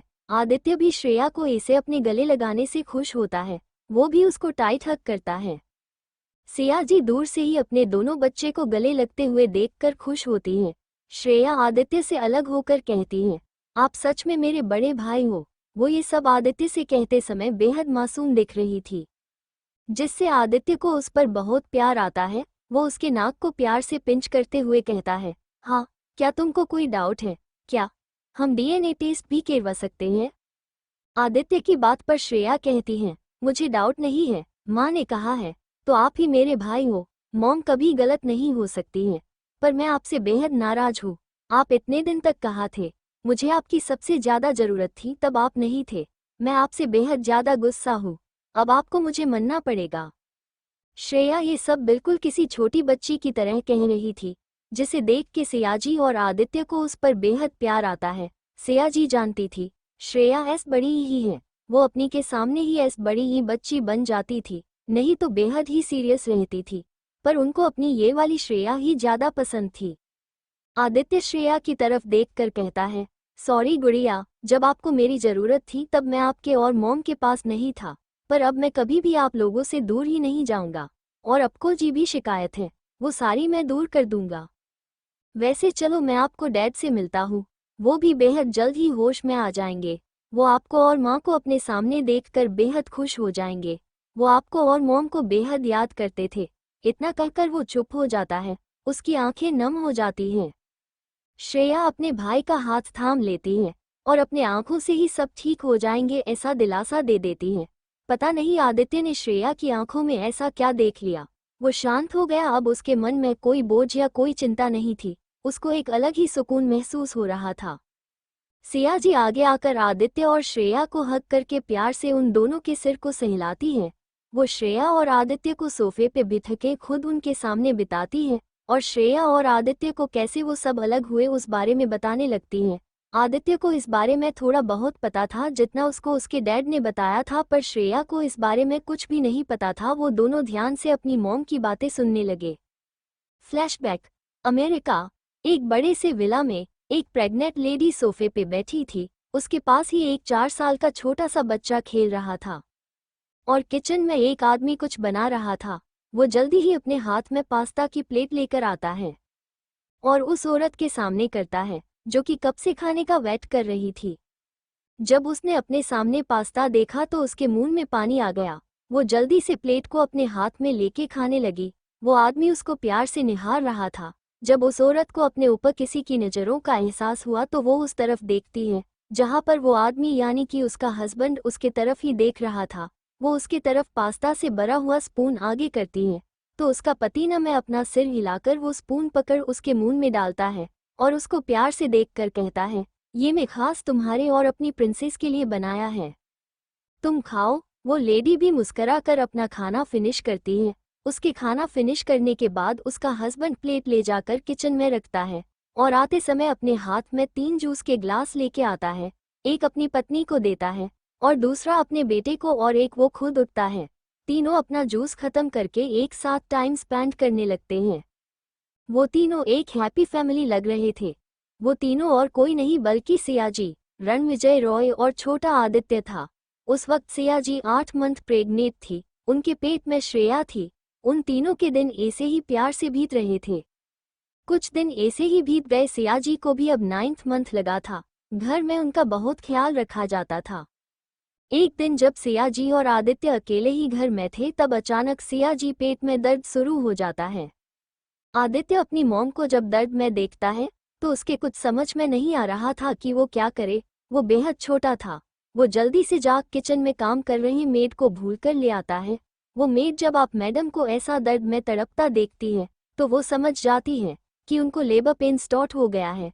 तो वो जल्दी से अपने सर को कॉल करती है और उनको सब बता के ड्राइवर की मदद से सियाजी को कार में बिठा के हॉस्पिटल की तरफ लेके जाती है। आदित्य भी इस वक्त उनके साथ था।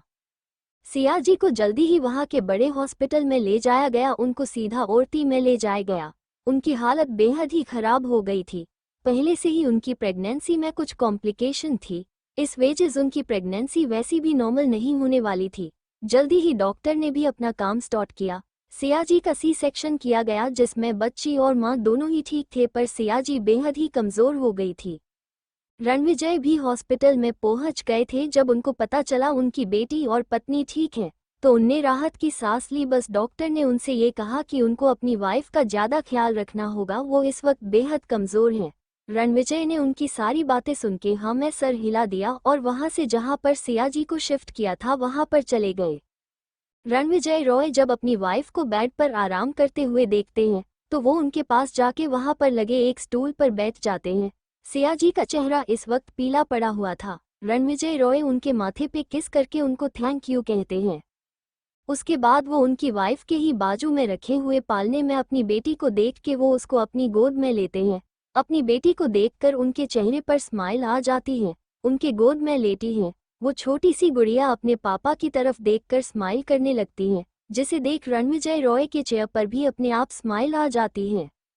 वो अपनी बेटी को प्यार करने लगते, उसके साथ खेलते हैं। तभी वहां पर आदित्य अपनी नैनी के साथ आता है। वो जब अपने डैड के हाथ में छोटी सी बच्ची को देखता है तो वो अपने डैड के पास जाके कहता है, डैड क्या ये मेरी गुड़िया है? अपनी बेटे के सवाल पर रणविजय हाँ कहता है। हाँ बेटा, ये तुम्हारी छोटी सिस्टर है जिसको तुमको प्रोटेक्ट करना है। आदित्य भी अपना सिर हाँ में हिलाता है जैसे उसको सब समझ आ गया हो। वो अपनी डैड की तरफ देखकर अपनी तोतली जुबान से कहता है, डैड मुझे भी गुड़िया को अपने गोद में लेना है। उसकी बात पर रणविजय मुस्कराकर आदित्य को सोफे पे बैठने को कहते और उसके गोद में श्रेया को देते हैं। वो इस बात का ध्यान रखते हैं कि श्रेया को चोट न लग जाए। वो भी वहीं अपने दोनों बच्चे के साथ बैठ जाते हैं। आदित्य की नैनी जो अभी अभी आई थी, जब उसको पता चला मैडम को लेबर पेन स्टार्ट हो गए हैं और उनको हॉस्पिटल ले जाया गया है तो वो भी जल्दी से हॉस्पिटल आ गई थी। वो जब सियाजी को लेबर पेन स्टार्ट हुआ था तब किसी काम से बाहर गई थी। वो अपने सामने अपने मालिक को अपने बच्चे के साथ खुश देखकर खुश हो जाती है और उस रूम से बाहर चली जाती है। थोड़ी देर में सियाजी को भी होश आ जाता है। वो जब अपनी बेटी को देखती है तो वो भी खुश हो जाती है। आज उनका परिवार पूरा हो गया था। वो सब आज बेहद खुश थे पर किसी को उनकी ये खुशी देखी नहीं गई। 5 दिन ऐसे ही गुजर गए। सियाजी अब काफी हद तक ठीक हो गई थी। उनको आज डिस्चार्ज मिलने वाला था। रणविजय जी ने सारी हॉस्पिटल की फॉर्मेलिटी पूरी कर दी थी। वो सब निकलने ही वाले थे कि उस हॉस्पिटल पर किसी ने हमला कर दिया। हॉस्पिटल में अफरा तफरी मच गई थी। किसी की कुछ समझ ही नहीं आ रहा था। सिया जी काफी घबरा गई थी। इस वक्त वार्ड में वो अकेली ही थी अपनी छोटी सी 5 साल की गुड़िया के साथ। रणविजय रॉय डिस्चार्ज की फॉर्मेलिटी पूरी करने नीचे गया था। उनके साथ ही आदित्य भी था। जब हॉस्पिटल पर हमला हुआ तो वो भी काफी गोरा गए थे। वो जल्दी से आदित्य को अपनी गोद में लेके अपनी वाइफ की तरफ जाने लगे, पर तभी वो हॉस्पिटल बिल्डिंग में ब्लास्ट हो गया, जिस वजह से सब डर के मारे एग्जिट की तरफ भागने लगे। फायर ब्रिगेड वालों ने जल्दी से हॉस्पिटल के लोगों को बाहर निकलना शुरू कर दिया था। रणविजय और आदित्य को भी बाहर निकाला गया। वो अंदर जाने की जिद कर रहे थे पर उनको अंदर जाने ही नहीं दिया गया। वो बिल्डिंग आधी से ज्यादा आग के लपेट में आ गई थी। रेस्क्यू का काम चालू था, तभी उस बिल्डिंग में और एक ब्लास्ट हो गया और वो हॉस्पिटल की बिल्डिंग रेत की तरह नीचे गिर गई, जिसको देखकर रणविजय जी को धक्का लगा, पर वो ऐसे हर नहीं सकते थे। उनके पास अभी भी आदित्य था। वो ये सब देखकर डर गया था। वो कब से रोए जा रहा था, अपनी बहन और माँ को पुकार रहा था। रणविजय खुद को सबल कर आदित्य को वहां से लेके चले गए। साथ में ही अपने बॉडीगार्ड को अपनी वाइफ और बेटी को ढूंढने को कहा। वहां मौजूद ऑफिसर ने सबको मारा हुआ घोषित कर दिया था, क्योंकि उस हॉस्पिटल के मलबे से जो भी लोग वो बाहर निकल रहे थे वो सारे मारे हुए ही थे। ऊपर से उनको पहचान पाना भी मुश्किल था। रणविजय ने अपनी बेटी और वाइफ की मौत को मानने से इनकार कर दिया जब तक उनकी लाश उनको नहीं मिल जाती है। उनको इस विला में अपनी बेटी और वाइफ की याद आती थी और आदित्य की भी हालात ठीक नहीं थे, तो वो उस विला को छोड़ देते हैं। वो वहां से जा ही रहे थे कि तभी उनका एक कार से एक्सीडेंट हो जाता है, पर वो उस एक्सीडेंट में जिंदा बचे थे। पर उनको जब पता चला ये उनकी दुश्मन की चल है, तो उनने उनको ऐसा दिखाया कि उनकी उस एक्सीडेंट में मौत हो गई है और वो वहां से आदित्य को लेके एक शांत जगह पर चले गए। पर यूनान सिया जी और श्रेया के बारे में पता लगाना नहीं छोड़ा। उनने अपने पुराने विला में भी अपने आदमियों को रखा था, अगर उनकी वाइफ वहां पर आ जाए तो उनको पता लग सके। सिया जी उस हॉस्पिटल की बिल्डिंग में ब्लास्ट होने से पहले ही वहां से बच के निकल गई थी, पर उनको कुछ चोटें आ गई थी जिससे उनकी हालत खराब हो गई थी। पहले ही वो कमजोर थी, अब और हो गई थी। वो वहां से एक सैफ जग पर जाके रुकी थी। वो जब ठीक हुई तब अपने पति पास जाने ही वाली थी, उनको सारी सच्चाई बताने वाली थी कि इसके पीछे किसका हाथ है। पर जब वो वहां पर गई तो उसने अपने ही आंखों के सामने अपने पति और बच्चे का एक्सीडेंट होते हुए देखा, और जब उनको पता चला उन दोनों की डेथ हो गई है, उनकी लाश भी नहीं मिली। वो पूरी तरह से टूट चुकी थी। वो भी खुद को खत्म करना चाहती थी, पर वो ऐसा नहीं कर सकती थी। वो श्रेया के मासूम चेहरे को देखती है और उसको अपने गले लगा लेती है। वो जानती थी जिसने भी ये सब किया है, अगर उसको उनके जिंदा होने की खबर मिली तो वो उसे और श्रेया को भी मर देंगे। उनको अपनी फिक्र नहीं थी पर अपनी बच्ची को थी, इसलिए वो वहां से इंडिया चली आई। To be continued in a next video. Thank you for joining me on this storytelling journey. If you enjoyed today's story, make sure to give this video a thumbs up and share it with your friends. Don't forget to hit the subscribe button and the bell icon so you never miss an update. We have many more exciting stories coming your way, and trust me, you won't want to miss them. Until next time, keep dreaming and keep believing in the magic of stories. See you in the next video.